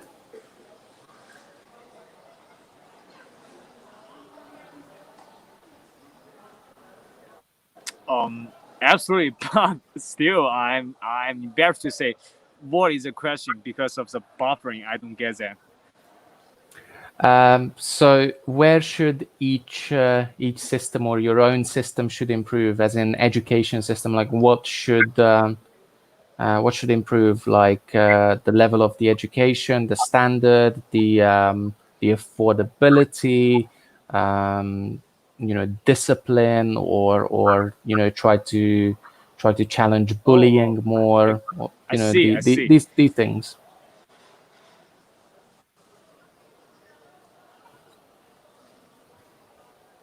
Oh, I think it's definitely more about equality. Like I think that is a paramount issue that both Chinese education system and the Western education system need to pay attention to, because though China being a communist country, we still have tremendous educational inequality in China. I personally experienced that if you are, let's say, some relatives to some powerful government officials in China, you can pull strings and get your kids to some really good schools in China without like proper procedures. So that's unfair, because if you're an ordinary person, you can do that. And I also believe this is also a phenomenon that's happening in Western education sphere too. So that is what I really want to emphasize on. The equality in our education that is so significant that we need to recognize. That's my perspective. Awesome. So people are talking about bullying in the comment section now, because I brought up this this thing. What do you guys think about bullying, and have you ever experienced bullying? Have you ever been bullied in school? If yes, how did you deal with it? What did you do? I at the 80s, when I was in primary school and high school, I see bullies in daily basis, because in China, if you are like in the high school, because everyone is growing to look like adults, and if someone is like relatively small, then they will get those gangsters. I mean, gangster, it's not a real like drug dealer or something, but those gangsters will bully the people who is relatively smaller than them, and make all those fun to entertain those gangs. And this is something that I see from daily basis. And in front of the school, you have those we call it like liu mang. I don't know how to call it in English. It's like somebody do not study in the school, but they just hanging out on the street, and maybe they are like 1 year or 2 year older than the school student. So they are they are standing outside of the campus when those relatively small guys come out. They ask for money. If you don't give them money, you will be Punk. beaten It's up called or punk. something. A punk, okay. Awesome. Gene, have you ever been bullied in school? Yeah. Once. Once. You learn how to fight, you know? And, Yeah. you know, and let me just put it this way, I never got in another fight again. So, but I was also fortunate to have a father who was kind of a badass, you know. So I found out many years later when I was an adult from some neighbors of mine, you know, who would introduce me to other neighbors who didn't know me, and they would say, "Oh, I remember you. I've seen you around. You were one of these protected children." I was like, "Protected? What is it?" I remember your father. Your father did not mess around, you know. So if a kid came around, man, my father, and these were different days, man. You know, my father would go to the other kid's house and he would fight their father, you know. So it was like that. But fast forward to when I was teaching in Harlem, and you know, it's a completely different thing now, right? So these kids after school, they meet in the you know, some park or something, and they videotape themselves fighting, you know. So they, you know, the bullies will call out, you know, these other kids, and they'll post this on World Star, you know, World Star hip hop website. Yeah. And it's like a thing, you know, where bullies are fighting these kids and everything. So when I was teaching in Harlem, parents would ask me to walk their kids, you know, from the after school to their house, to their homes, because kids were scared to leave the house. So yeah, it's a thing. It's a real thing. So I'm curious about China, though. You know, if it is a thing in China. What's up, Snarky? I see Snarky in the house. Yeah. So yeah, is bullying a thing in China? Sort of, I guess. I mean, I've you know, not me personally experienced it, but I witnessed it, that, you know, kids bully each other in public schools, in training schools. So it is there, but That's right. I believe bullying is a thing in China too. yeah, but you know, because in China, like if you get in a fight, then if you don't want to pay money, then you need to lose. Like that's kind of a thing in China. Like you get in a fight, you need to be the one that goes down and, you know, pretends that you're hurt, so that way you can get money. And I think I don't know if it's the same thing with kids when they bully each other, but I would think so. But I Mikey think, can correct me on this one. I think you guys don't see like severe like kids fighting to kids with machetes, etc. in the campus, and if you notice the news and back to the 90s or even 2000, we had a lot of issues like school kids. Because like more or less small stuff, who bullies who, and then finally run into like a two group of people with brutal fighting to each other, you know, and as well as something maybe it can be called bully, like the teacher bullied the kids in the kindergarten. Is that a kind of bully that we can talk also, or it's a child abuse? I mean.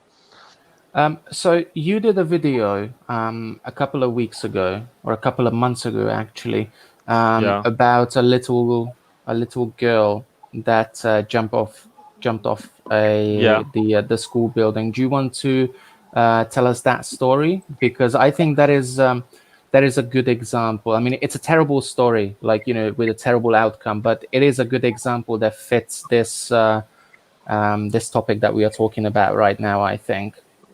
Yeah, it is not about bully, but it is showing how the education system make a normal young kids run into suicide. So basically, the story is about the girl whose name is Miao Kexing.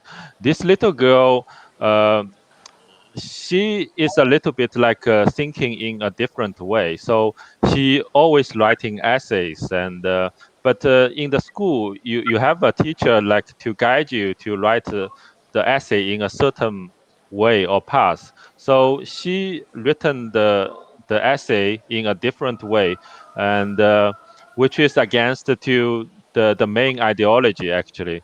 So when she did this over and over, and her teacher is trying to suppress her by give her very low score for each of her essay.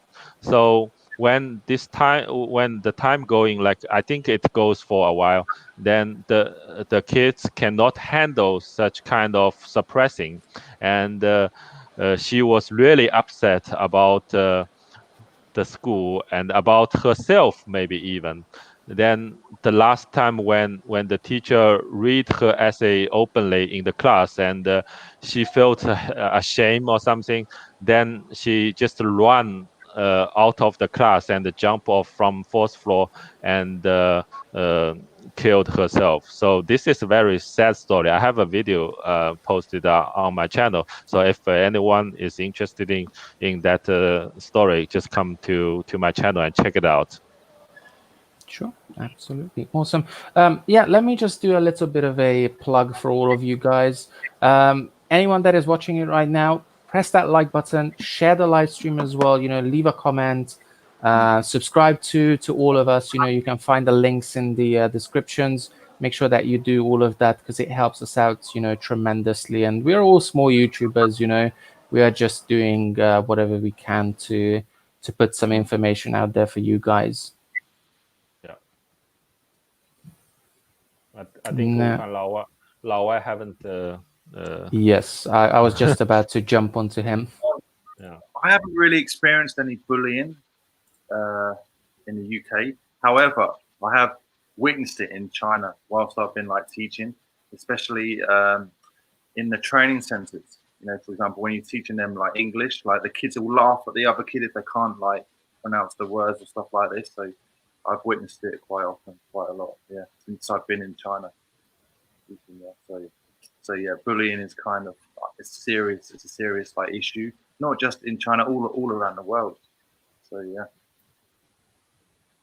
Yeah, awesome. So we're gonna have Jimmy on the stream in a bit. We're gonna have Snarky Guy on the stream, and he's gonna tell us a bullying story in a bit about Hong Kong that he experienced or he knows about.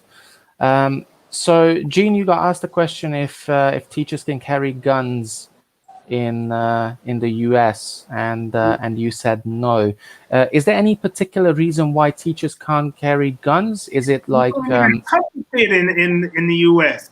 You touch a kid, if you even touch a kid, you got a lawsuit on your hand. Could you imagine a teacher carrying a gun and shooting a kid? I mean, that's crazy. No, there's security. There's security for that. Yeah. There's security for that. Yeah, absolutely. So Jack Black said, don't plug yourselves like that, like another YouTuber. We like to do it. We need to plug ourselves. We are small YouTubers. We need the subscribers. We are hungry. We are dying for the subs. I was bullied in the 80s for being fat and being poor. Teachers would ignore it or even join in with the bullies making fun of me to be seen as cool. Now, I haven't told you guys my bullying story, but, I have something similar to this one. Like, I was bullied because, well, I was a foreigner. Like, I was an outsider. I was a Hungarian. I was an Eastern European. So, people would bully me because of that. And sometimes it was really bad. Especially like when I played football. Like, some of you guys know that I played football for a very, very long time. And, being the only foreigner and only Eastern European in the team, like, all the hate and all the bullying goes towards you. And it kind of find you as well. So yeah, I had a hard time with that, but I just try to ignore it as best as I can and not pay any attention to it. So I know people. Some people are not that strong mentally, and they can't really just ignore it. And I understand that, and that's why teachers should be there. That's why teachers should help these kids and people that are getting bullied, because that is also the teacher's responsibility to safeguard students and children. But like this comment said, the teachers would just ignore it or even join in with the bullies, and that's really sad. So yeah, thanks for the great discussion. You're welcome. It's gonna cost you, I don't know, how much is it gonna cost, guys? $50? Give us a $50 donation. Just kidding. We don't ask for money here. This is not a money begging stream. But I like Zack. Wait a minute, I thought we were shills. I thought we were shilling. oh, damn it. Oh, okay. Give us money. Yen. Get what? It always cracks me up how the people who always accuse other people of being shills have 35 ads running on their videos. Hold on. Let me do it as well. Let me do it. There you go, guys. This is my QR code. Half of Genius gone. Don't worry about him. The QR code is more important. Support the channel. And we finally have Jimmy, aka Snarky Guy, aka the guy who will tell us the bullying story from Hong Kong. Welcome, Jimmy. How you doing? Hey, I'm Hello, doing pretty Jamie. good, man. Hello, Jamie. Awesome. Hey, full house tonight. Jamaica Absolutely. Funk, Uncle Mikey, and Wuhan Laowai. I just started following you, man. Hello. How we doing tonight, gentlemen? Good. This is the Zack team now, the Z team. There we go. There you go.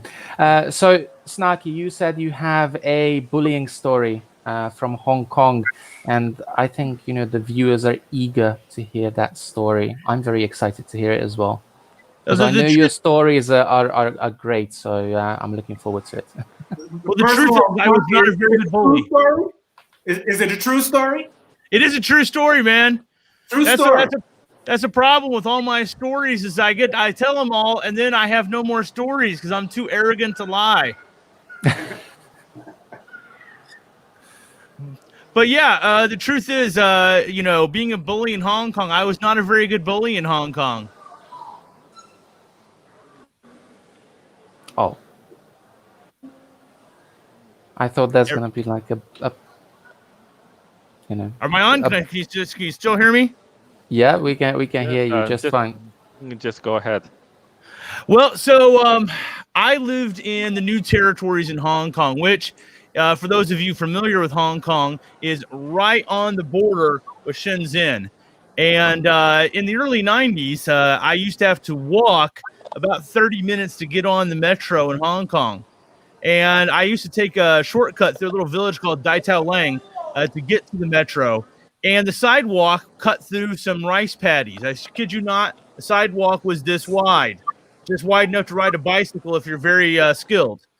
So anytime anyone passed you on this little path, you had to kind of turn sideways and kind of, do the shuffle truffle to get past them. So here I was 15 at the time, very full of myself. And I passed a little old man with an umbrella. And as we're passing, we kind of turn sideways to kind of get past each other because, again, very narrow sidewalk, rice paddies on both sides. And I don't have to tell you what's in a rice paddy. That's pure poo-poo, my friends. So in any case, as I'm passing him, he has his umbrella, keep the sun off him because, Chinese, they don't like the sun. They like to save their pasty white skin from the sun. So his umbrella nicked me right on the cheek. And being the compassionate young man that I was, I, of course, turned around and I flipped him the sign language not meant for the hearing impaired. and told him, exactly what I thought of him in Cantonese. And he smiled and went on. And I thought, oh, heck no, old man. No. You just, cut my cheek with the umbrella. So I started after him, got right behind him, put my hand on his shoulder, wheeled him around. And as I pulled him around, he comes back with a fist, cocks me right in the jaw, and I go down in poo-poo, face first. So, of course, I had learned my lesson. So I got up, dust myself back because it's off my game. I'm like, okay, old man, it's on. It's on, old man. You and me, mano a mano, fisticuffs. So I start after him again. I get 20, 30 meters down because he's just walking with his little umbrella, wearing, his little silk pajamas, as they do. I get up to him, grabbed him by the shoulder again because I was a smart kid, Oh, yeah. Grabbed him, whipped around again, and again. Bam! And harder. Knocked me on my butt 5 feet into that poo-poo, the rice patties. And, man, I felt that until about I was 32, let me tell you. So I, again, this time I've been hit twice by a senior citizen, royally embarrassed, lost face. Hello, Skittle. Would you like to join us? Hi. How you doing, buddy? Oh, there you go. Now it's a 7-man stream. Man. Well, he's a boy. So, in any case, again, I have completely learned my lesson. I've been humiliated, humbled, and the skies have opened up, and I've learned my lesson. So I started after that old man a third time because I'm so smart, right? Oh, yeah. So I go after this old man, and it takes me a little while, kind of, trudge through the mud, get on that little bitty sidewalk, which is that why. Go after him. I get up there, grab him by the shoulder, and this time, as God is my witness, I don't know where it was because I didn't see it before, he's got a bamboo staff in his hand. Oh, smeg. And and in my mind, I'm playing this back in slow motion. I'm sure it's only a couple of seconds. Hello again. Would you just like to let me hold you? Yeah. So I remember feeling something hit my leg, my other leg, my knee, my hip, my other hip, my arms, my waist. And just rapid succession. And all of a sudden, I'm looking at the sun and I'm thinking, wow, the sun is so beautiful. It's a little lower in the sky. And why do I hurt all over the place? And I'm laying on the sidewalk. My head is on the sidewalk to keep me from drowning. And I can see where I had landed about 20 feet into that mud, and somebody had dragged me out and put my head on the sidewalk so I wouldn't drown when I was apparently unconscious. My book bag, which I had left probably a good 50 meters back at this point, is sitting right next to me with my wallet, all my money untouched, and it's just there. And for the next week, I was sick, sore, could hardly move, felt like I had, inflammatory rheumatism. The whole thing. I was not in good shape. But let me tell you something. As far as a bullying experience, this is a humbling one because in the future, I will sooner mess with any chain-wielding gang member, gun-toting thug, those little old men. Those are the guys that hurt you. So the moral of the story is don't mess with old men with sticks. Don't mess with old men. And you know what? Here's the thing is I learned a lot of lessons that day. One, when leave well enough alone, and two, you know what?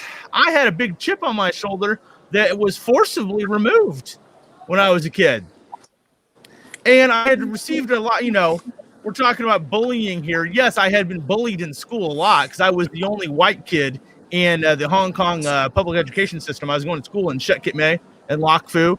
But, after that point, even if I was bullied, I never engaged in fights. I found more clever ways to get back at him. But, I wish I could find that old dude who is, I'm conscious, is still alive. I mean, mean old curmudgeons like that don't die. They just, rock away sipping on Baiju somewhere. I always felt like that dude was watching me. I wish I could go back and just thank him for beating the tar out of me. Because you know what? I'd like to think I'm a better snarky guy as a result. Sure, absolutely. Yeah, I mean, sometimes you need those things, like you need someone that can put you into your place, and you realize you're not the center of the universe, basically. Yep. Yeah. So after that, every time I saw someone else who was getting bullied, I always try to stick up for them. I was never, I can't say I have any wonderful, I was picked on or other bullying picked on, but that's that one thing as far as bullying that always sticks in my mind because, I never thought of myself as a bully. I just thought that, I lost face and, and I just wasn't really thinking straight. But, I think sometimes we all need that experience in life. Absolutely. Snarky, let me just plug your channel. Do you want to say a few words in the meantime about yourself? Who are you? What do you want? What do you do? I am a meat popsicle. I am Snarky Guy. I have a channel which we normally do. I can't say it's a China-centric channel. I can't say that it's, I could probably make videos anywhere in the world. I happen to live in China, so I talk about the positive. Why positive? Well, here, you can talk about the negative all day long, and it won't matter to a hill of beans. Anyone can talk about negative. There's negative everywhere, but why talk about it? So I like to stay positive, My grandpa always said, if you're going to fall off a cliff, you might as well try to fly. You get nothing else to lose, right? So, I try to talk about what I see. We have a weekly live stream on Sunday nights called The Snark Lounge. Jamaica Funk was a guest, one of my favorite guests, I must say, honestly. He played exquisitely. Beyond that, I'm going to be having a new segment I'll be doing in a little bit here, kind of almost like ADV China-ish, but in Shanghai. My wife and I are going to be on the scooter, driving around, having a conversation while we're showing you commentary and interesting views of Shanghai. That would be nice to watch. Yeah, that's going to be awesome to watch. I'm really looking forward to that. So, I want to say, though, the one thing that really has annoyed me, and I'm going to go off on a tangent, I apologize. The one thing that's really annoyed me recently in the whole China vlogging community is somehow we got set up in these stupid camps. And I hate camps. Camps are stupid. It's like, oh, I can't talk to this guy because someone will think I'm a CCP shill. Oh, I can't talk to this guy. Someone will think I'm anti-China, which is just complete bollocks. Yeah, you associate yourself with me. You're anti-China now, Snarky. I'm sorry. Well, and here's the thing is, I have friends all over the place. Lee Barrett came to Shanghai. He and I sat down for a beer. He's a nice guy. Am I going to agree with every bit and everything? Of course not. I don't agree with my mom on everything. But, the fact of the matter is I try to be friendly where I can. And I hate this whole camp idea. The fact of the matter is I want to make positive vids. I want to make fun vids. I want to make, and we have to admit as YouTubers, we are a little bit of a narcissist, right? We all enjoy, walking around with a camera in our face, talking to absolutely nobody and posting it online because that's how we express ourselves. But in the interim, I don't like this whole, division. I mean, the fact of the matter is we're more alike than we are separate. And I think personally, there are no anti-China YouTubers. My theory, I think if you're making videos about China, you probably like China. Go figure. So that's my take on it. Yes, I'm sure there are going to be some outliers out there, some people that, generally don't like things and just want to preach the negative. Whatever. I like to be positive. I like to have friends all over the place. And, at the end of the day, I like to be me. That's the thing. You can't go living yourself to other people's standards because when you do that, you're not living your life. You're living theirs. Absolutely. Yeah, and that's the thing. Go on, Mikey. Jimmy, personally, I don't have any issue or problem to to have like positive stuffs in the channel. And but I think for myself, I want to talk about the problem as well, because this is construct a whole picture of this country. And I really entertained for the positive videos that all the China YouTubers created, and I really watched the majority of them. And as a viewer, the reason that recently I bring up this channel is I see. I mean, as long as the positive stuff is based on the truth, I have no problem with it.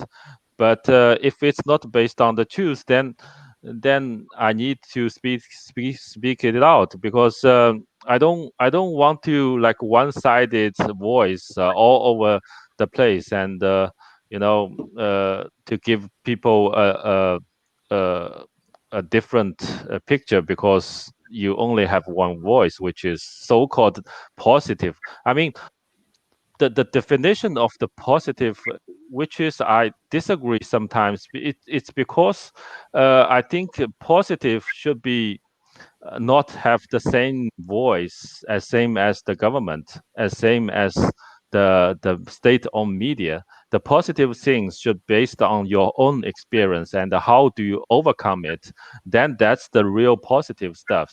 It's not like try to acting naive and doing like a childish thing, which is so-called positive, and that's a little bit fake for me. So this is my point of view. I don't have problem to tell the beautiful places in Shanghai. Actually, I did a lot of videos showing beautiful temples, beautiful city center of Shanghai, the Bund, etc. So that's the awesome side. But I also want to bring up the issue that we have to look at, and try to let the people to be aware of it. And yeah, that's Absolutely. what basically. Yeah. Well, what we need to do then is, since you're in Shanghai and I'm in Shanghai, is we need to find a common place in Shanghai, and we need to make a video together. Yeah, sure, no problem. That'd be pretty willing cool. to cooperate I think with that you is the guys. solution, man. More collaborations. You know, if we do, you know, I mean, I'm not very far as Snarky. I'm sure we will meet. We'll have the opportunity to get together. You know, and even right now, what we're doing is we're kind of crossing into each other's streams, and you know, I don't know. I really don't think there is a camp. You know, I don't know if there really is a camp. I mean, you know, some things that certain YouTube guys, you know, like sometimes Barrett, when he goes in on America, it almost seems like he's got this vitriol against the United States, and I can hear it in his tone, and I'm like, oh boy, here we go again. I still watch him, you know, and then Jerry will go in real thick about, you know, China has all of these trees. Look at all the infrastructure and these buildings that you've never seen before. And I was like, they're buildings, man. Come on, it's just.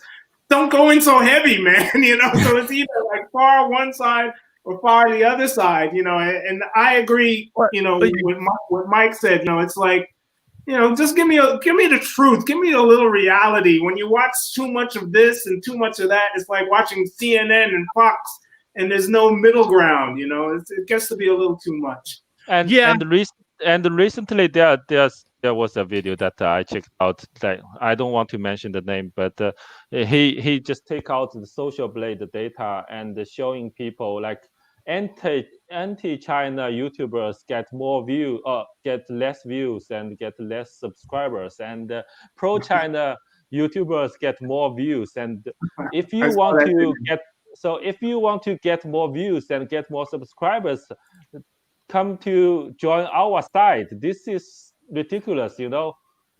It And sounds like like- a really like shitty Star Wars movie, guys. Honestly, it sounds like somebody like, you know, was like, you know, high on something and they started writing like a crappy Star Wars script. Join the dark side.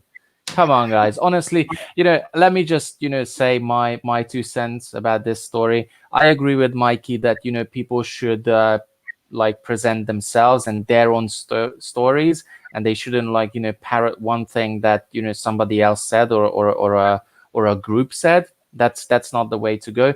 But I also, you know, agree with Snarky, with Jimmy, that, you know, if you make videos about China, then you must have some sort of a connection to it, and you must, secretly love it or like it at least. Like he does it, he's got like chicken foot and he's using it as a beard scratcher. Like, that's a very Chinese thing, eating chicken feet. So he loves China that way. So yeah, but I want to hear the Wuhan Laowai's opinion on this, because he's been very quiet recently.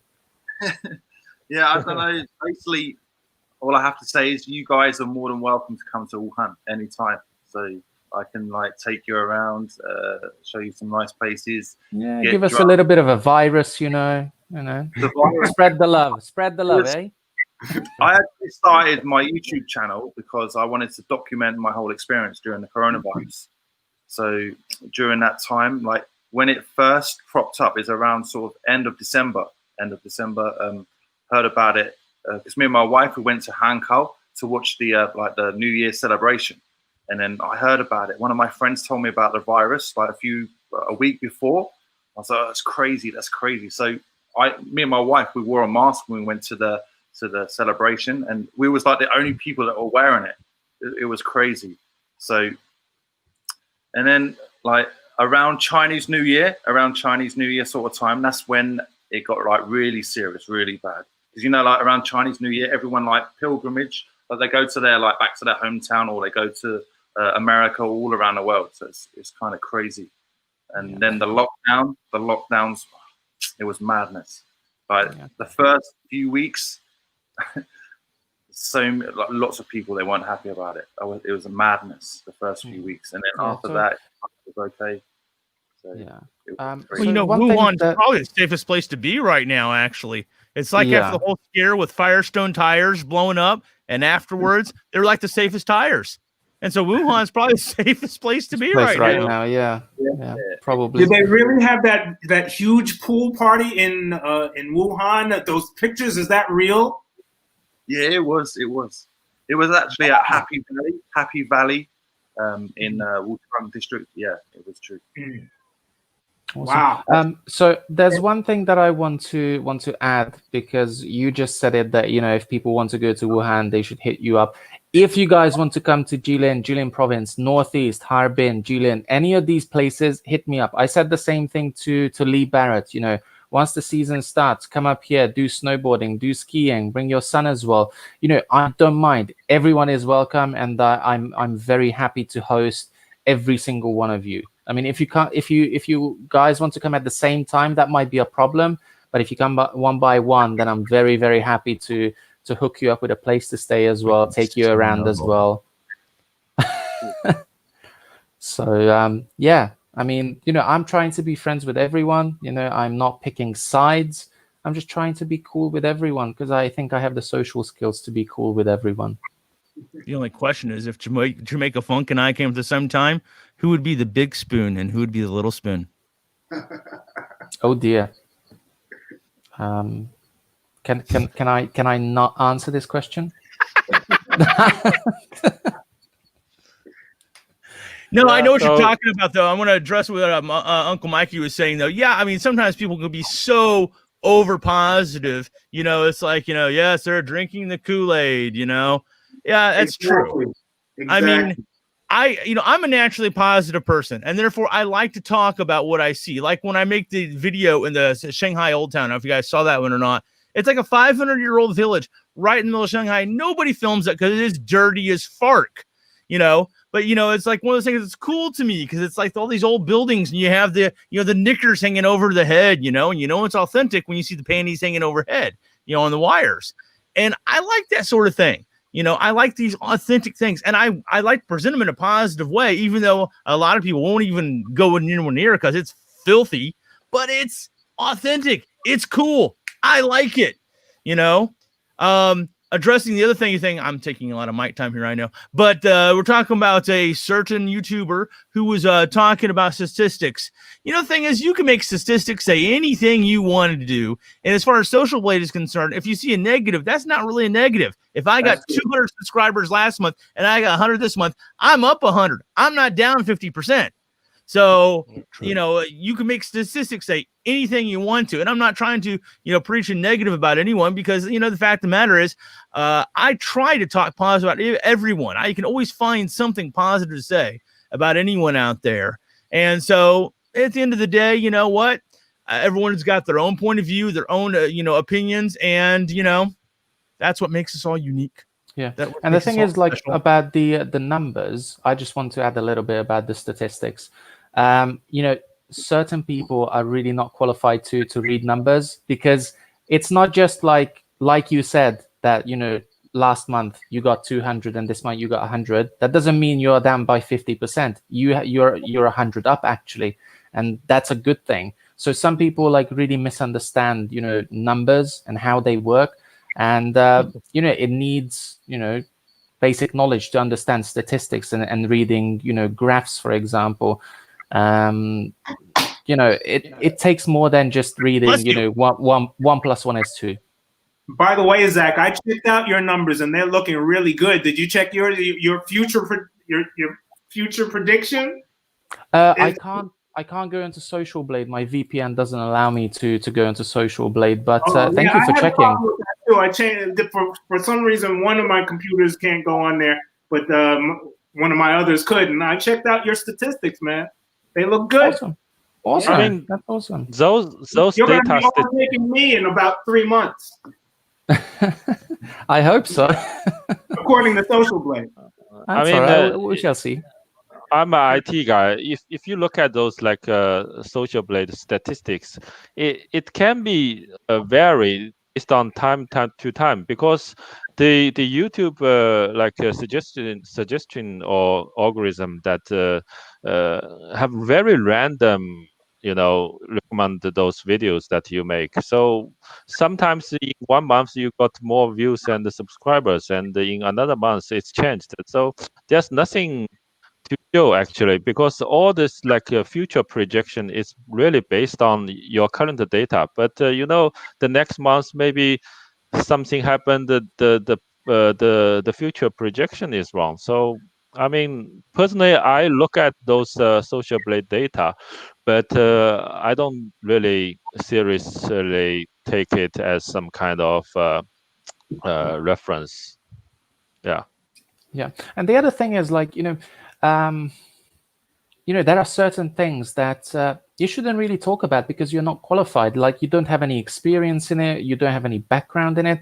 Yet some people think that they are suddenly like experts in it because they've read an article from the Independent or the Daily Mail or on CNN or something like that. And now they think that they're experts and they can, you know, preach about it. And, you know, I don't have a problem with people that admit that they are not qualified to do something. I have a problem with people that think that they are qualified to talk about everything, because that smells like, you know, bullshit to me.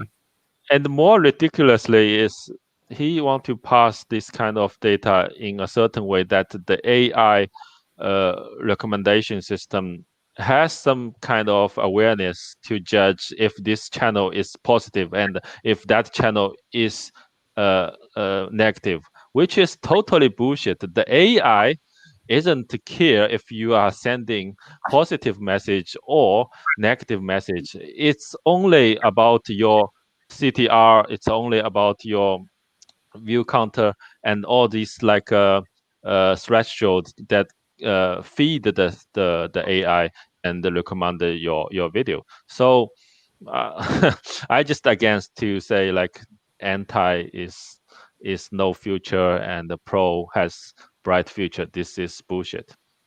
I'm anti-click. Is that a thing? Can you be like anti-click? I don't want people to be in little cliques.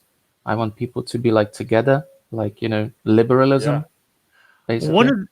One of the biggest misconceptions with YouTube is that we're all competing with each other. The fact of the matter is, when we work together, we all win.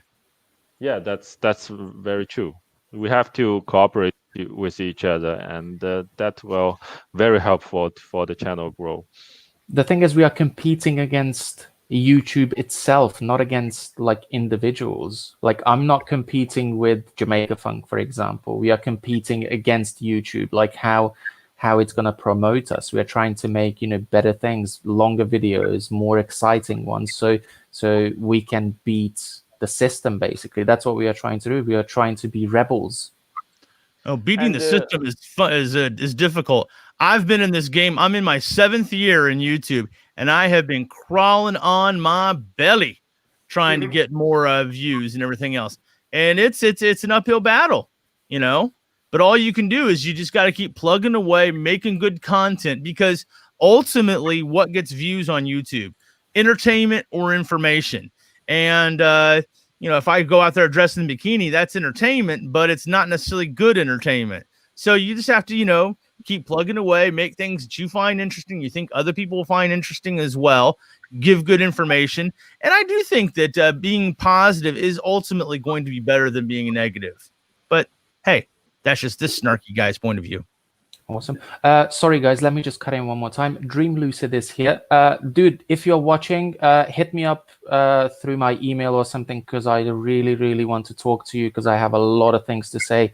Or hit me up on my Instagram, and we can talk there. Or if we have WeChat or something like that. I know this guy. I've actually been talking with Dream Lucid over my Instagram quite a bit. Super awesome guy. His videos are great. He's very interesting. And he's got a more epic beard than I do. So, yeah, he's a really nice guy. Would absolutely love to meet him in person, although he may not want to come to China right now. But hey, so... Yeah, absolutely. So, yeah, dude, if you see this, if you hear this, you know, hit me up on Insta or something like that. Then we can talk, because there are a lot of interesting things that I want to share, and I'm sure you have a lot of interesting things to share as well. He's blushing now.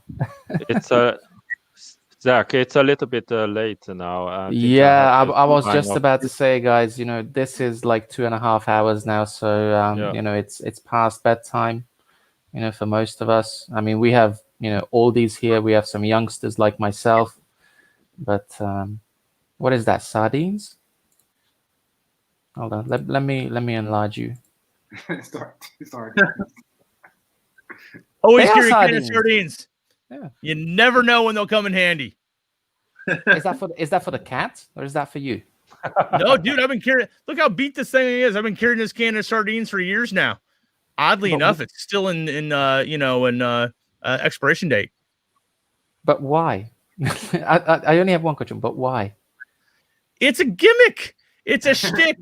I picked this up in a grocery store in Hong Kong years ago. It's just one of those things you just say for absolutely no reason, you know. You know, like stay awesome, stay frosty. You've been snarking, whatever you want to say. It's just like one of those things, you know. It's like, you know, always carry a carry of sardines. And truth is, if you ever find yourself starving, you probably will be glad you carried these, although it'll be a little salty, I would imagine. But like anything else, it amuses me. It's probably expired now, right?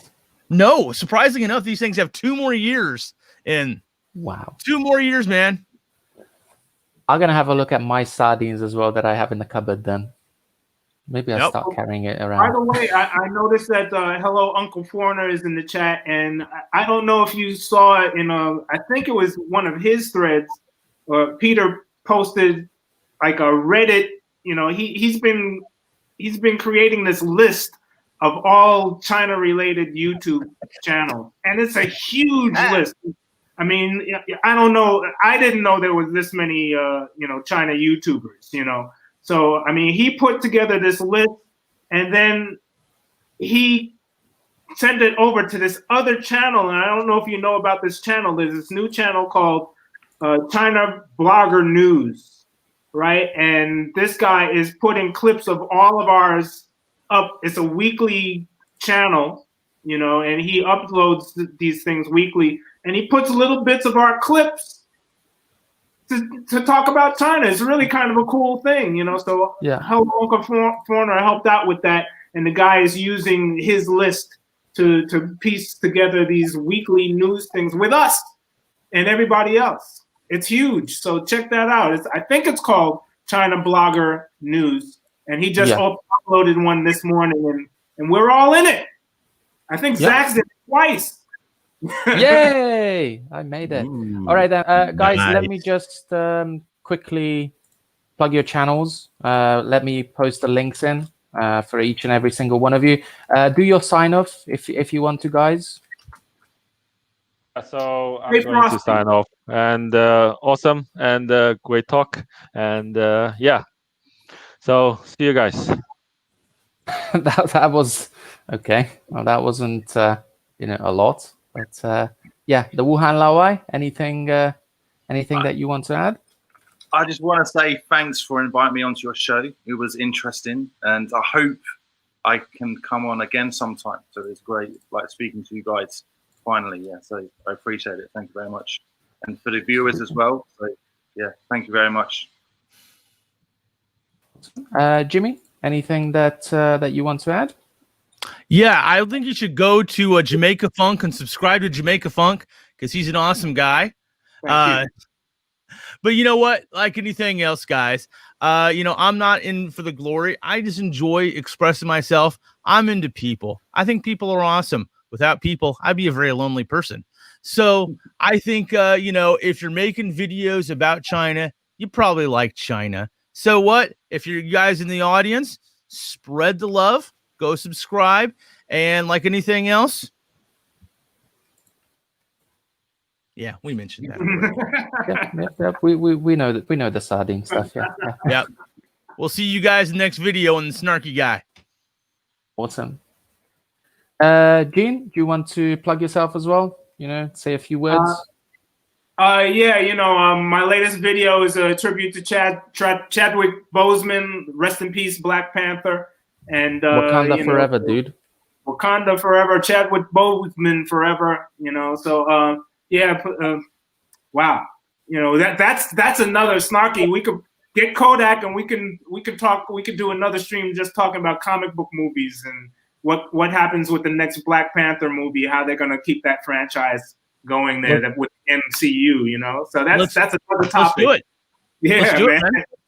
Yeah, let's do it. I mean, and get Uncle Foreigner in there too because he's a comic book guy. We could definitely. We don't have to just talk about China. We're people. We talk about other things. Art. And I like where this is going. Yeah. There you go. Making these live streams happen and building connections. That's what it's all about. All right then, guys. Let me also do my sign off. So thank you so much for watching tonight's live stream. It was more than 2.5 hours. Initially we were planning like an hour and a half, but we added an extra hour because Snarky and Jamaica Funk, decided to hijack the stream. Yeah. Thanks for having me. Appreciate it. Absolutely. Anytime, guys. If you ever want to come on, ever have anything to say, feel free to drop me a message on WeChat or in the chat. Very happy to have you guys on anytime. Make sure that you subscribe to all of us, guys. We all make China-related content. So if you're interested in China, go and subscribe to us. If you're not interested in China, still subscribe to us because we are weird, we are funky, we are snarky, and we are Laowai. I tried to include everyone, but it just didn't. It doesn't add up. Anyway, thank you so much for watching, and I will see you guys in the next live stream, which is going to be Sunday. So come back on Sunday. All right. Good night, everyone. All right. Peace, everybody.